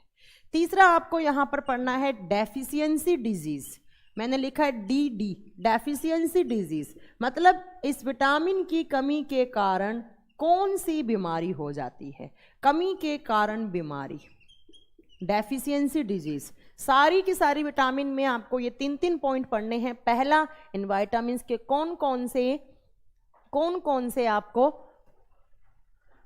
केमिकल नेम होते हैं, इनके सोर्सेज क्या होते हैं, इनकी डेफिशिएंसी के कारण बीमारियां कौन कौन सी होती हैं, ठीक है? हाँ, विटामिन को हार्मोन भी कहा जाता है। अभी बताऊंगी कौन से विटामिन को। रुकिए मोहम्मद अरशद जी, सारे डाउट क्लियर होंगे जब विटामिन वाला चैप्टर खत्म हो जाएगा, आपका कोई डाउट ही नहीं बचेगा। रुक तो जाओ, ठीक है? सबसे पहला, विटामिन ए का केमिकल नेम क्या होता है, विटामिन ए का रासायनिक नाम क्या होता है? तो विटामिन ए का केमिकल नेम होता है रेटिनोल। विटामिन ए को कहा जाता है रेटिनोल। तो आपको आंसर देना है, कभी भी एग्जाम में क्वेश्चन आए किस विटामिन को रेटिनोल कहा जाता है, आपको क्या लिखना है? Vitamin A.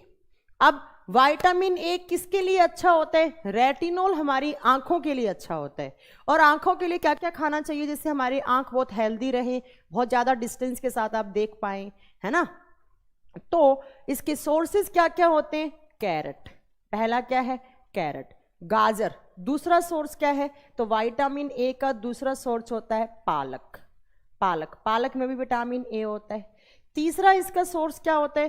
कैरेट का मतलब होता है गाजर, ठीक है, पालक। और तीसरा यहां पर होता है ग्रीन वेज। ग्रीन वेज का मतलब होता है हरी सब्जियां, ठीक है? जितने भी आप हरी सब्जियां खाते हैं, जैसे पालक हो गया, धनिया हो गया, और आप खाते हैं बथुआ खाते हैं, साग वगैरह खाते हैं, उन सब से हमें क्या मिलता है? विटामिन ए मिलता है, ठीक है? हाँ, मूली भी, रेडिश भी इसका सोर्स हो सकता है। रेडिश मूली में भी होता है, रेडिश में भी विटामिन ए होता है, मूली में भी होता है, बिल्कुल, ठीक है? हाँ, थोड़ा लिंक से बताएंगे, ठीक है। तो विटामिन ए आप कैसे याद करें? विटामिन ए रेटिनोल, जैसे हमारे आंख में होता है ना रेटिना होता है हमारी आंख में, जहां पर इमेजेस बनती हैं रेटिना वगैरह में, तो रेटिनो से ही याद कर लो रेटिनोल। और रेटिनोल किसके लिए अच्छा हो गया? हमारी आंखों के लिए। और आंखों के लिए क्या अच्छा होता है? मम्मी बोलती है ना, पालक खाया करो, गाजर का पानी पिया करो, या हरी सब्जियां खानी चाहिए, जिससे हमारी आंखें क्या रहती हैं? अच्छी रहती हैं। तो अब विटामिन ए की कमी हो गई तो क्या हो जाएगा? विटामिन ए की कमी से हो जाता है नाइट ब्लाइंडनेस। और नाइट ब्लाइंडनेस को हिंदी में क्या कहा जाता है? रतौंधी। रतौंधी का मतलब क्या होता है? अंधेरे में अच्छे से दिखाई नहीं देना। अंधेरे में मतलब जैसे जैसे अंधेरा हो जाता है, नाइट का टाइम होता है, डार्कनेस ज़्यादा हो जाती है, तो इंसान की आंखों पे जोर पड़ता है और उसको दिखाई नहीं देता है अच्छे से। वैसे तो आप बोलोगे मैम अंधेरे में तो हर किसी को दिखाई नहीं देता है, थोड़ा बहुत तो दिखाई देता है, बट जिस इंसान को अंधेरे का मतलब है शाम के टाइम 6, 6:30, 7 बजे के बाद इन इंसान को दिखना कम हो जाता है। तो आपको इसके आगे लिखना है unable to see well in nights, रात के समय अच्छे से दिखाई नहीं देना, ठीक है? तो उसको क्या बोलेंगे आप? तो नाइट ब्लाइंडनेस बोलेंगे। क्लियर है? कैरेट, स्पिंच, पालक हो गया, ग्रीन वेजिटेबल्स हो गया, रेडिश मूली हो गया, और चुकंदर में भी चुकंदर में भी होता है, बिल्कुल चुकंदर बीट रूट में भी होता है। तो ये आपका विटामिन ए था। विटामिन ए की कमी से क्या हो सकता है? नाइट ब्लाइंडनेस हो सकता है। और हिंदी में इसको क्या कहा जाता है? तो हिंदी में इसको कहा जाता है मैम नाइट ब्लाइंड और रतौंधी। एक बुक में लिखा हुआ है, बुक का नाम तो मैं नहीं बोलूंगी यहां पर, कि कलर ब्लाइंडनेस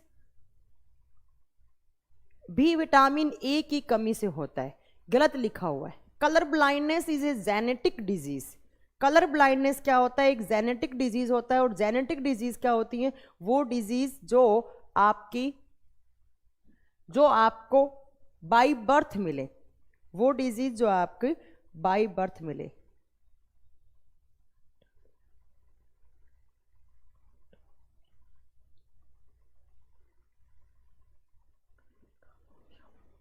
ठीक है, नाइट ब्लाइंडनेस, यहां पर नाइट ब्लाइंडनेस होती है, कलर ब्लाइंडनेस नहीं होती। कलर ब्लाइंडनेस एक जेनेटिक प्रॉब्लम होती है। नाइट ब्लाइंडनेस का एक नाम और होता है, इसको बोला जाता है नाइक्टोपीनिया। इसका दूसरा नाम होता है नाइक्टोपीनिया। इसको नाइक्टोपीनिया भी कहा जाता है। नाइक्टोपीनिया का मतलब भी होता है रात में अच्छे से दिखाई नहीं देना, रात में अच्छे से दिखाई नहीं देना। ठीक है, नाइक्टोपीनिया भी कभी कभी लिखा हुआ है, तो आप कंफ्यूज मत होना। नाइक्टोपीनिया भी किसको बोलते हैं?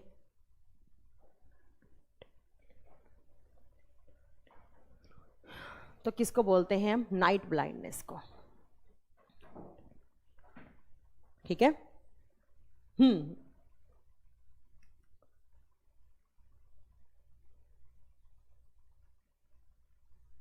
अच्छा, वो भी इसी का ही नाम होता है, नाइक्टोपीनिया बोलो, या आप इसको बोल सकते हैं नाइक्टेलोपिया।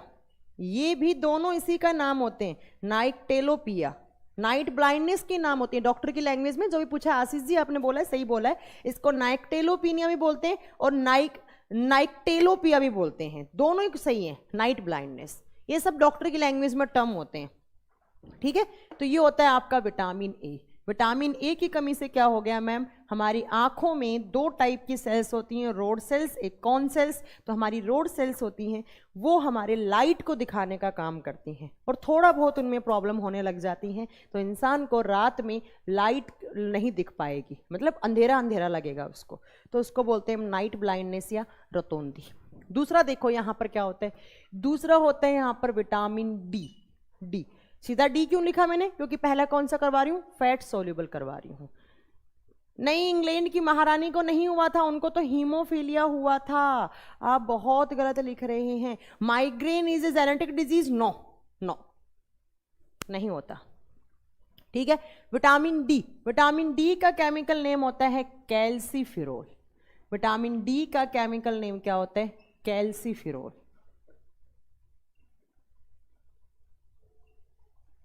विटामिन डी का केमिकल नेम क्या होता है? कैल्सीफिरोल। अब विटामिन डी किसके लिए अच्छा होता है? तो डी होता है हमारी हड्डियों के लिए, बोन्स को मजबूती देने का काम करता है।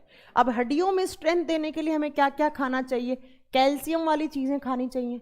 और कैल्शियम किस किस में होता है? तो इसके सोर्सेज आप लिख सकते हैं, मिल्क, दूध में होता है, एग, अंडे में होता है कैल्शियम। आप इसके बाद लिख सकते हैं सोयाबीन भी इसका अच्छा सोर्स होता है। आप इसके बाद लिख सकते हैं नॉनवेज में भी होता है। वैसे जो बच्चे या जो इंसान नॉन वेजिटेरियन होते हैं उनमें कभी भी विटामिन की कमी नहीं होती, क्योंकि नॉनवेज में ऑलमोस्ट सारे विटामिन हो जाते हैं। ठीक है, तो मिल्क, एग, सोयाबीन, नॉनवेज और बनाना, केला भी होता है इसका सोर्स। अच्छा, केला भी लिख सकते हैं आप, केले में भी होता है विटामिन डी। ठीक है, अब विटामिन डी क्या करता है? हड्डियों को मजबूती देता है, हड्डियों को स्ट्रेंथ देने का काम करता है, हड्डियों को मजबूती देने का काम करता है,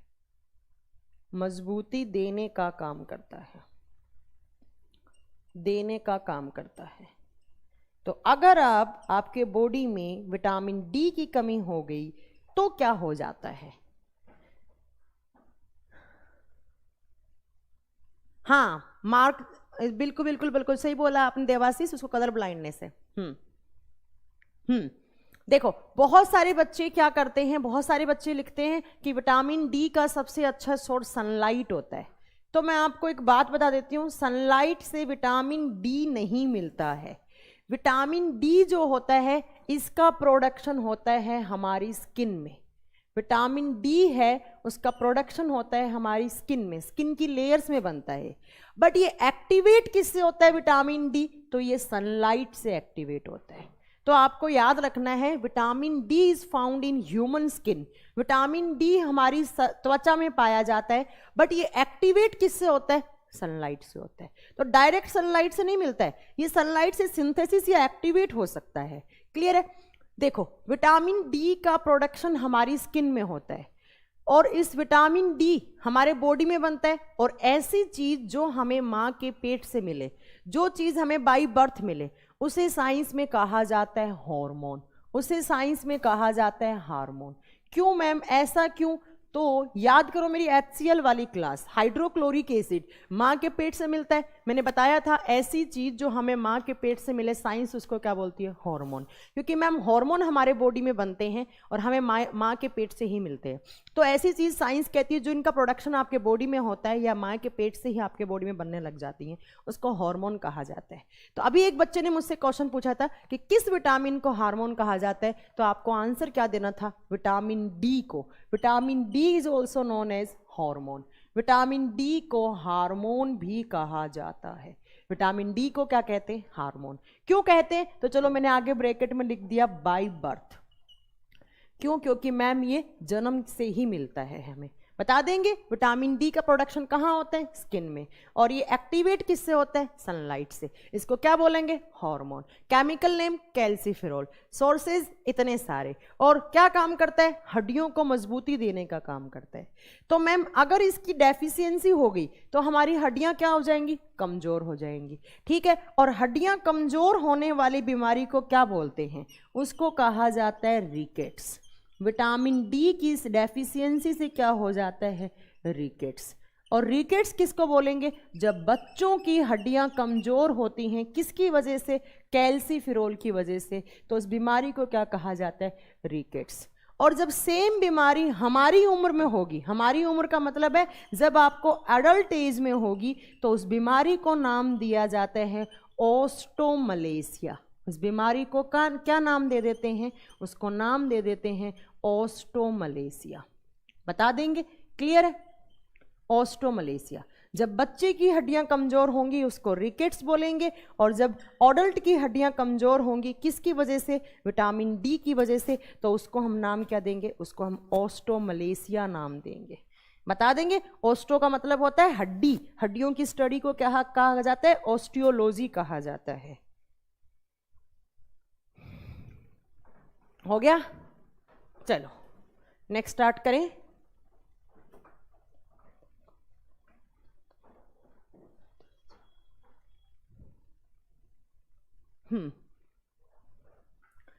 हाँ, टिटेनी क्या होता है? हड्डियों का पतला होना। मोहम्मद अरशद, टिटेनी होता है हड्डियों का पतला होना। मुकेश साहा, मैम अब तक आपके पढ़ाए हुए में से सारे क्वेश्चंस हो जाते हैं, तो मेरा ये क्वेश्चन है आप एमसीक्यूज भी करवाओगे? कुछ कुछ क्वेश्चंस नहीं हैं, होते हैं, कोई बात नहीं है। एक दिन मैं आपकी डाउट क्लास रखूंगी इस संडे में, हो सकता है इसी संडे में आपकी रखूं, जो भी आपका डाउट हो, बट पढ़ाए हुए से तो आप मुझसे पूछ सकते हैं। ठीक है? कोई बात नहीं है, पढ़ाए हुए से पूछ सकते हैं। ये आपका विटामिन डी हो गया। नेक्स्ट लिखते हैं विटामिन ई। बस तुम लोग मेरा दिमाग मत खराब किया करो, बाकी सब ठीक है, गुस्सा मत दिलाया करो। बाकी तुम लोग बोलोगे मैम एमसीक्यूज करवा दो, मैं एमसीक्यूज करवा दूंगी। तुम लोग बोलोगे मैम मॉक टेस्ट ले लो, मैं आपको मॉक टेस्ट भी ले लूंगी आपका। बस तुम लोग बस मेरा दिमाग मत खराब किया करो। बाकी जब तक दिमाग नहीं खराब होता है तब तक सब सही है। जो आप बोलोगे, आप कितनी भी आप बोलोगे वो चैप्टर पढ़ा दूंगी आपको, चाहे वो मैंने कहीं नहीं पढ़ाया हो आज तक, पर आप बोलेंगे तो मैं वो भी पढ़ा दूंगी। बस एक शर्त है, मेरा दिमाग मत खराब किया करो तुम लोग, क्योंकि जब दिमाग खराब होता है ना तो फिर क्या बोलता है, आयोडीन की कमी से भी तो होता है, वो गोइटर होता है। किरण यादव जबलपुर, वो गोइटर घेंगा रोग होता है। तुम लोग कंफ्यूज बहुत रहते हो, वो गोइटर होता है। सुदर्शन जी वो डिपेंड करता है आप में विटामिन डी की डेफिशिएंसी कितनी है, ठीक है।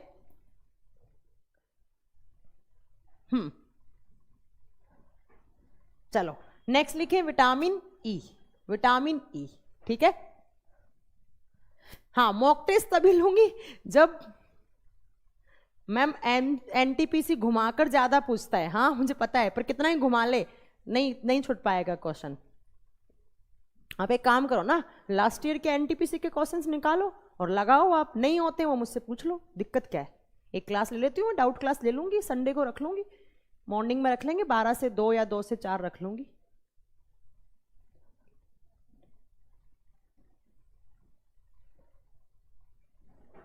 चलो पीएम मोदी, पहले अपना नाम चेंज करके आओ, अपना ओरिजिनल नेम लिखो, फिर कमेंट करो तो ही रिप्लाई करूंगी, वरना नहीं करूंगी मैं,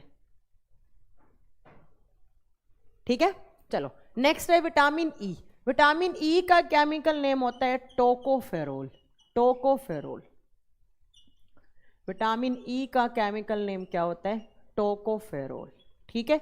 विटामिन ई हमारी स्किन के लिए अच्छा होता है, लड़कियों के लिए सबसे अच्छा विटामिन होता है ई, लड़कियां विटामिन ई के बिना नहीं रह सकती, ठीक है। और ये विटामिन ई के सोर्सेज क्या होते हैं?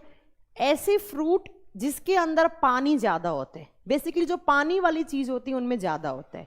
क्या क्या? तो देखो इसका एग्जाम्पल हो सकता है सबसे पहला तरबूज, तरबूज, वाटरमेलन, मैं हिंदी में लिख रही हूँ, इंग्लिश बोल रही हूँ, वाटरमेलन, ठीक है। दूसरा आप लिख सकते हैं खरबूज, मतलब मेलन।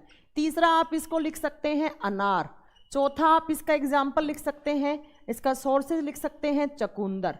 आप इसका लिख सकते हैं कुकुम्बर, ककड़ी, खीरा वगैरह में, गोभी वगैरह में भी होता है। मैंने यहाँ पर लिख दिया सैलेड, जो जितना भी सैलेड होता है उस सब के अंदर क्या होता है? विटामिन ई होता है। बेसिकली जो पानी वाली चीजें होती है ना, समझ गए ना, जैसे अनार में पानी होता है, नारियल में नारियल भी अच्छा होता है, इसका सबसे अच्छा सोर्स होता है वैसे तो नारियल भी। जो पानी वाली चीजें होती हैं उनमें रहता है क्या? Vitamin E.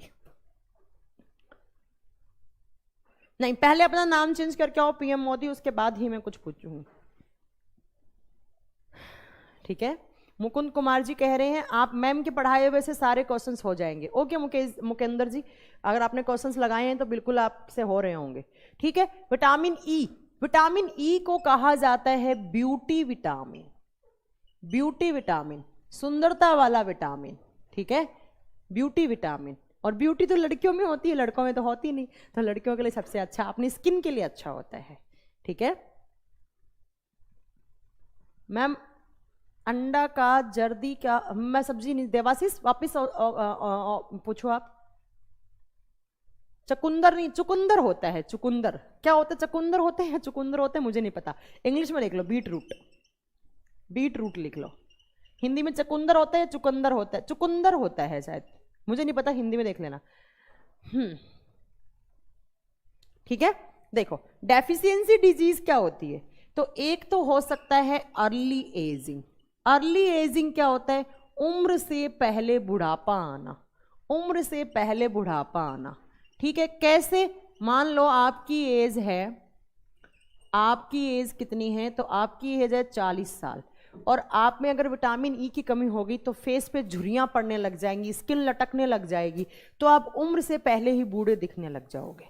तो आप दिखने लग जाओगे 50 साल के, हो आप 30 या 40 साल के। और जिस इंसान में विटामिन ई ज़्यादा रहता है तो उसकी उम्र होती है 40 साल की और वो दिखता है 30 साल का। जैसे अनिल कपूर, अनिल कपूर आज भी देख लो, है ना। हाँ ये हो सकता है चुकंदर होता है, शायद हिंदी में चुकंदर ही कहा जाता है, ठीक है। हाँ चुकंदर होता है, ठीक है, चलो चुकंदर लिख दिया मैंने, सही हो गया। दूसरा, लड़कियों में अगर इसकी कमी हुई तो लड़कियों में फर्टिलिटी डिक्रीज हो सकती है, लड़कियों में फर्टिलिटी डिक्रीज हो सकती है। और हिंदी में बोलेंगे इसको गर्भाधारण की, गर्भाधारण की कमी, गर्भाधारण की कमी, मतलब फर्टिलिटी डिक्रीज हो सकती है और एग फर्टिलाइजेशन होने में प्रॉब्लम हो सकता है, और एग से जाइगोट, जाइगोट से एम्ब्रियो, एम्ब्रियो से बच्चा नहीं बनेगा, ठीक है। तो लड़कियों के लिए तो अच्छा विटामिन होता है कौन सा? Vitamin E. विटामिन ई को क्या बोलते हैं? Beauty vitamin. और डी को क्या बोला था मैंने? डी को बोला था मैम आपने हार्मोन, हार्मोन, बादाम में कौन सा विटामिन होता है? विटामिन B1 होता है बादाम में शुभम जी, B1। ठीक है, चलो तो विटामिन ए हो गया, डी हो गया, ई हो गया।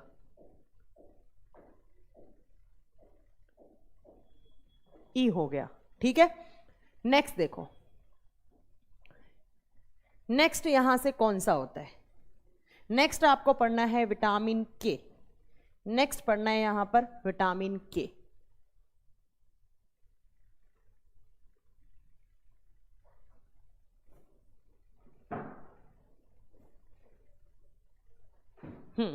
नेक्स्ट आपको लिखना है विटामिन के। विटामिन के का केमिकल नेम क्या होता है? तो विटामिन के का केमिकल नेम होता है फाइलोक्वेनिन। फाइलोक्वेनिन, ये तो मैंने पढ़ाया भी है, फाइलोक्वेनिन। ठीक है, और विटामिन के सोर्सेस क्या क्या होते हैं? तो देखो के किस किस में होता है। विटामिन के अगेन होता है चुकंदर में, बीट रूट में। ठीक है, चुकंदर में होता है।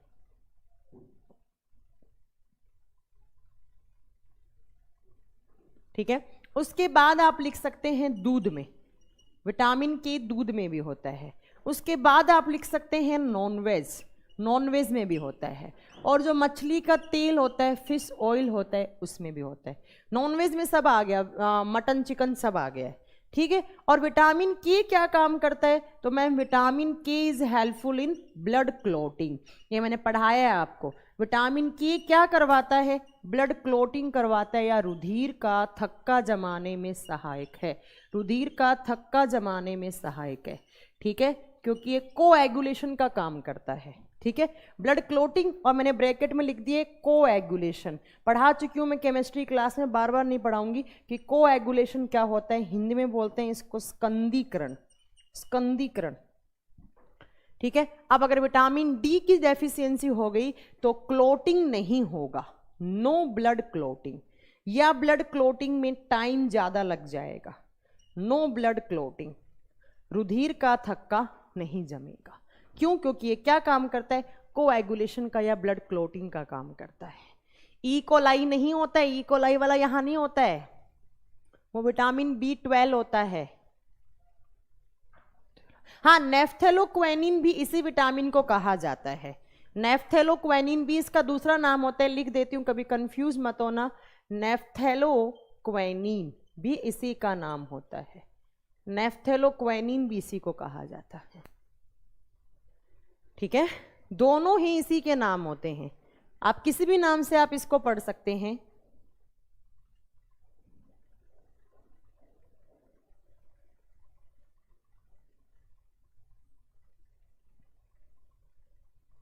दोनों नाम से आप किसी भी नाम से पढ़ सकते हैं।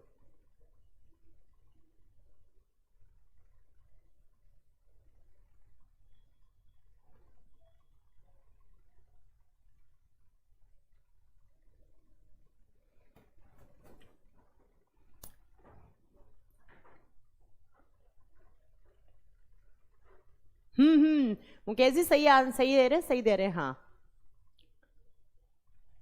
विटामिन ए की खोज फंक ने ही की थी, फंक ने ही की थी विटामिन ए की खोज।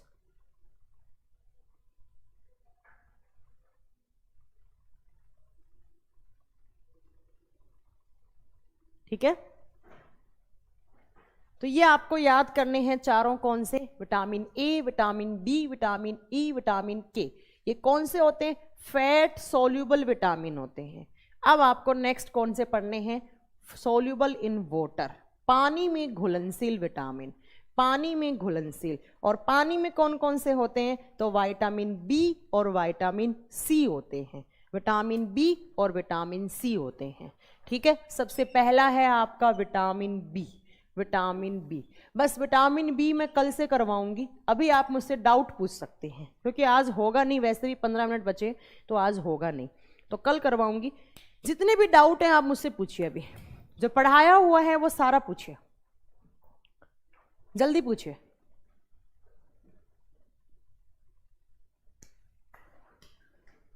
जल्दी पूछिए। विटामिन बी में बहुत सारे होते हैं तो वो कल करवाऊंगी, आज नहीं हो पाएंगे। उसके बाद विटामिन सी पढ़ाऊंगी। जल्दी बताइए। हाँ आज नहीं हो पाएगा विटामिन बी। अब कुछ भी डाउट हो आप मुझसे डाउट पूछिए। अनंत उत्कर्ष घर पे वैसे तो ठीक है, अभी सब ठीक है माहौल।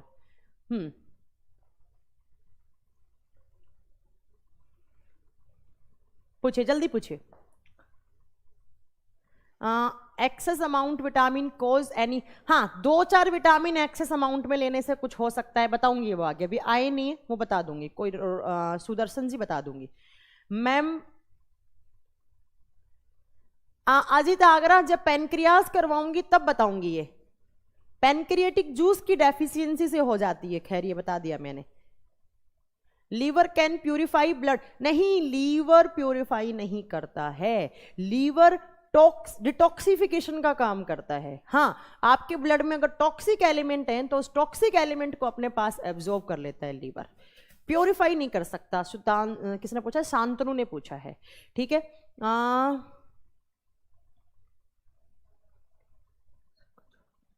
मैम कहीं पर कटने पर ब्लड में वाटर जैसा निकलता है, that is plasma. Preeti Mishra, that is plasma. Ma'am duodenum क्या होता है? पढ़ा नहीं आपने ड्यूडेनम क्या होता है? स्मॉल इंटेस्टाइन का पार्ट होता है, पढ़ाया था मैंने। HIV AIDS decrease WBC then not blood cancer, increase infected blood transported to that person.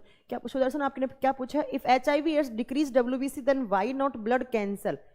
अरे ब्लड कैंसर तो WBC ज्यादा होने से होता है, नहीं तुम लोग इतना कंफ्यूज क्यों रहते हैं? और HIV एड्स तो WBC खा जाता है।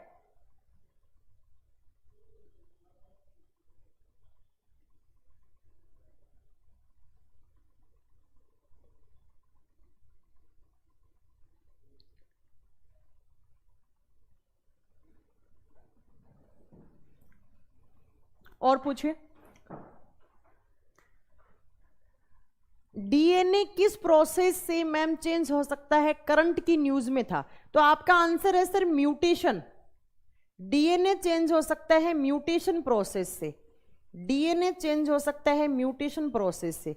जिसने भी पूछा है अगर करंट की न्यूज में था तो DNA म्यूटेशन से चेंज हो सकता है। देवाशीष ने पूछा है मुझसे, ठीक है देवाशीष बता दिया म्यूटेशन से। उसके बाद है फूड मटेरियल में स्मेल आने का रीजन, सल्फर का अमाउंट ज्यादा हो जाता है, सल्फर का अमाउंट ज्यादा हो जाता है इसलिए उससे बदबू आने लग जाती है, या बैक्टीरिया फंगस लग जाता है इसलिए। मैम आप जब डांटती हैं तो बहुत क्यूट लगती हैं, अरे नहीं जब बहुत गुस्सा आता है तुम लोग चुप रहो।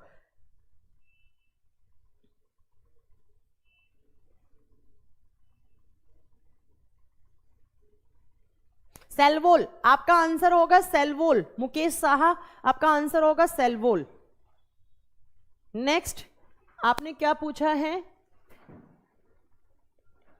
मैम सर्जरी में घाव, अरे यार ये कोई पूछने की बातें होती हैं, कुछ भी पूछ रहे हो यार तुम लोग।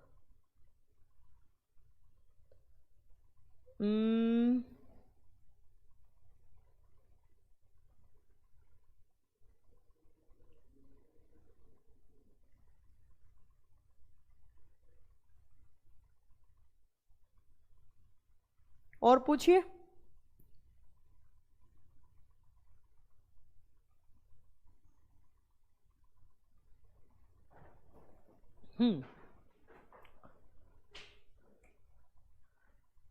क्या पूछा है?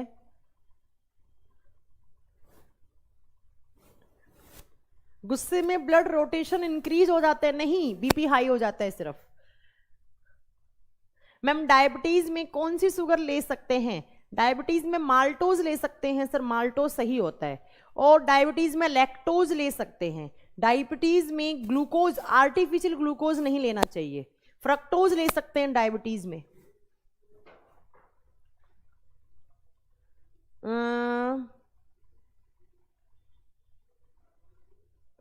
मैम एक क्वेश्चन था, which organ can purify blood as well as store glycogen. तो देखो बेटा उसने प्योरीफाई दे दिया, आगे दिया स्टोर ग्लाइकोजन, कि ग्लाइकोजन को जो स्टोर भी करता है उसने लिंक करके पूछा है, तो शांतनु लीवर आंसर सही होगा। ये बता चुकी हूं, आज बताया मैंने, लीवर में क्या स्टोर होता है? ग्लाइकोजन, ठीक है।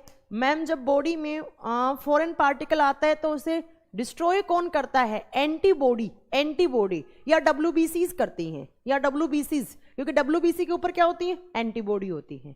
ठीक है, आरबीसी में लाइसोसोम्स माइटोकॉन्ड्रिया दोनों होते हैं। शुगर में घाव लग जाए तो रिकवरी बहुत लेट होती है, क्यों होती है बताएंगे आगे। Virus are usually made up of which? Virus, virus किससे बने होते हैं देवाशीष? तो वायरस बने होते हैं प्रोटीन प्लस न्यूक्लिक एसिड, और न्यूक्लिक एसिड क्या होते हैं? डीएनए और आरएनए। कुछ में डीएनए होता है और कुछ में आरएनए होता है। तो ये आपका क्वेश्चन का आंसर है देवाशीष। ठीक है मैम, क्या पूछा है? कलर ब्लाइंडनेस क्या होता है? इंसान को प्राइमरी कलर में डिफरेंस क्रिएट नहीं हो पाता है ब्लू ग्रीन रेड कलर में, उसको कलर ब्लाइंडनेस बोलते हैं। मैम गर्मी से दूध फट जाता है, पर जब उसे गैस पर गर्म करते हैं तो दोपहर को नहीं फटता। यार ये तुम लोग कैसे क्वेश्चन पूछ रहे हो शशि झा जी, कुछ भी पूछ रहे हो। गर्मी में बैक्टीरिया पनप जाते हैं, लैक्टोबैसिलस बैक्टीरिया, वो लैक्टोज को लैक्टिक एसिड में कन्वर्ट कर देते हैं, इसलिए फट जाते हैं। रोहन जी कितनी बार आंसर दो? लाइसोसोम माइटोकॉन्ड्रिया दोनों होते हैं। हाँ वो इंसुलिन डिपेंडेंट होती है अजीत आगरा, वो इंसुलिन डिपेंडेंट, क्योंकि इंसुलिन पैनक्रियाज से बनता है।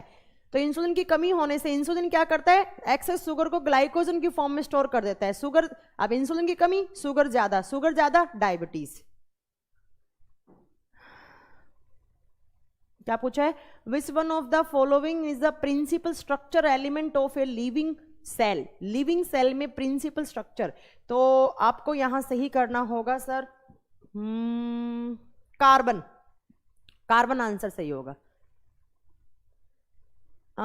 कलर ब्लाइंडनेस वालों को ड्राइविंग लाइसेंस नहीं मिलता है, नहीं, आर्मी भी डिफेंस नहीं लेता है इनको, इनको रेलवे डिपार्टमेंट नहीं लेता है, इनको क्राइम ब्रांच वाले नहीं लेते हैं। मैडम आप सिर्फ कुछ लोगों को इंपॉर्टेंस देती हैं, मेरा कोई रिप्लाई। अब महावीर कुमार आप पूछिए मुझसे, क्वेश्चन पूछिए, ऐसा नहीं है, मैं तो रैंडमली जो बच्चे का क्वेश्चन है, अच्छा क्वेश्चन है, उसका रिप्लाई देती हूँ। जल्दी पूछिए, आप मुझसे कोई भी क्वेश्चन पूछ सकते हैं। महावीर कुमार आप गुस्सा मत होइए प्लीज, पूछिए, जल्दी पूछिए आप। ऐसा नहीं है कि कुछ लोगों का रिप्लाई करती हूँ कुछ का नहीं करती हूँ, मेरी कोई दुश्मनी थोड़ी है आप लोगों से। आप पूछ सकते हैं मुझसे, जल्दी पूछिए। ब्रेंदर जी आपका नाम दिख रहा है, बिल्कुल दिख रहा है। विटामिन ए विटामिन बी की खोज मैकुलम ने की? नहीं, वो विटामिन बी की थी, ए की फंक ने की थी सर। शुगर और गुड़ में गुड़ खाना अच्छा होता है? अरे भैया गुड़ का मतलब ही होता है शुगर, गुड़ ब्लड सर्कुलेशन के लिए अच्छा होता है, खाना चाहिए। आपका नाम आ ही नहीं रहा, आपका नाम क्या लूं मैं? Any treatment of sugar? हाँ जी, इंसुलिन के इंजेक्शंस लगवाइए, ट्रीटमेंट मिल जाएगा, या टैबलेट खाते रहिए, या बाहर से ग्लूकोज का अमाउंट ज्यादा कम लीजिए, शुगर कम लीजिए बाहर से। अरे पढ़ाएंगे यार, डायबिटीज पे आने दो यार, क्यों होती है, कितने टाइप की होती है, सब पढ़ाएंगे, रुक जाओ तुम। नाइट ब्लाइंडनेस जेनेटिक नहीं होती, कलर ब्लाइंडनेस जेनेटिक होती है। आरबीसी में माइटोकॉन्ड्रिया नहीं होता है, विकिपीडिया पे देखा है। शांतनु जहां तक मुझे लगता है आरबीसी में माइटोकॉन्ड्रियल लाइसोसोम दोनों होते हैं। चलो फिर भी मैं एक बार कंफर्म करके बता दूंगी। आज मेरी पहली क्लास, आज मेरा नाम नहीं है आया। तीखा, तीखा बिटर सबसे आउटर पार्ट में और मीठा सबसे आगे वाले पार्ट में। पढ़ाया हुआ तुम लोगों को याद नहीं रहता है।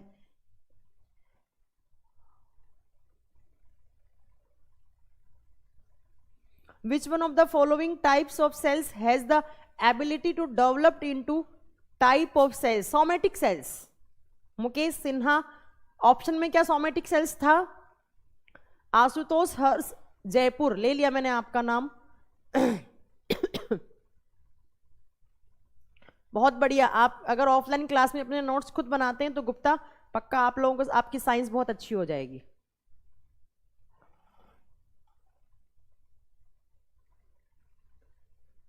किसमें माइटोकॉन्ड्रिया नहीं होता है? आरबीसी, लीवर, लेकिन आंसर आरबीसी। उसने कंपेयर करके पूछ लिया तो फिर आरबीसी आंसर हो सकता है। लीवर में तो, लीवर में हेपेटिक सेल्स होती है, सेल्स के अंदर होता है, बिल्कुल होता है।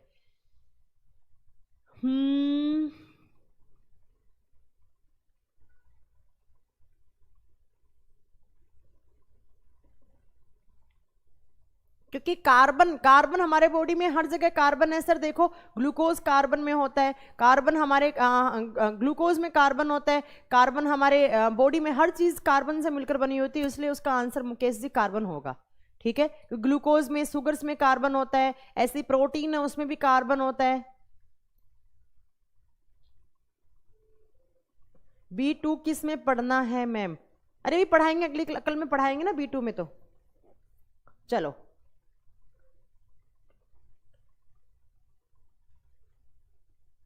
हाँ, कोलेस्ट्रॉल ज्यादा वाले रनिंग कर सकते हैं बिल्कुल।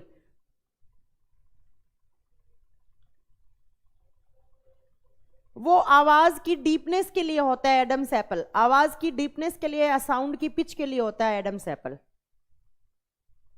हाँ बिल्कुल खत्म है किरण जी। चलो ठीक है, इतना आपको आज के लिए पढ़िए। ग्लूकोज प्रोटीन जितना मैंने नाम लिखवाए हैं वो सब आज पढ़िए, और कल से मैं वापस यहीं से विटामिन बी से स्टार्ट करूंगी। विटामिन बी में सारे टाइप पढ़ाऊंगी, सी पढ़ाऊंगी, और उसके बाद कल मैं पढ़ाऊंगी आपको स्केलेटल सिस्टम, और उसके बाद परसों नर्वस सिस्टम चलेगा। परसों मुझे लगता है आपकी जूलॉजी खत्म हो जानी चाहिए। ठीक है, परसों नर्सों में। चलो थैंक यू सो मच, मिलते हैं आप कल की क्लास में, और कल पढ़ेंगे, यहां से ही कंटिन्यू करेंगे वापस। Thank you so much, have a nice night, है ना। गुड डे तो हो नहीं सकता। Good night, good night, good night.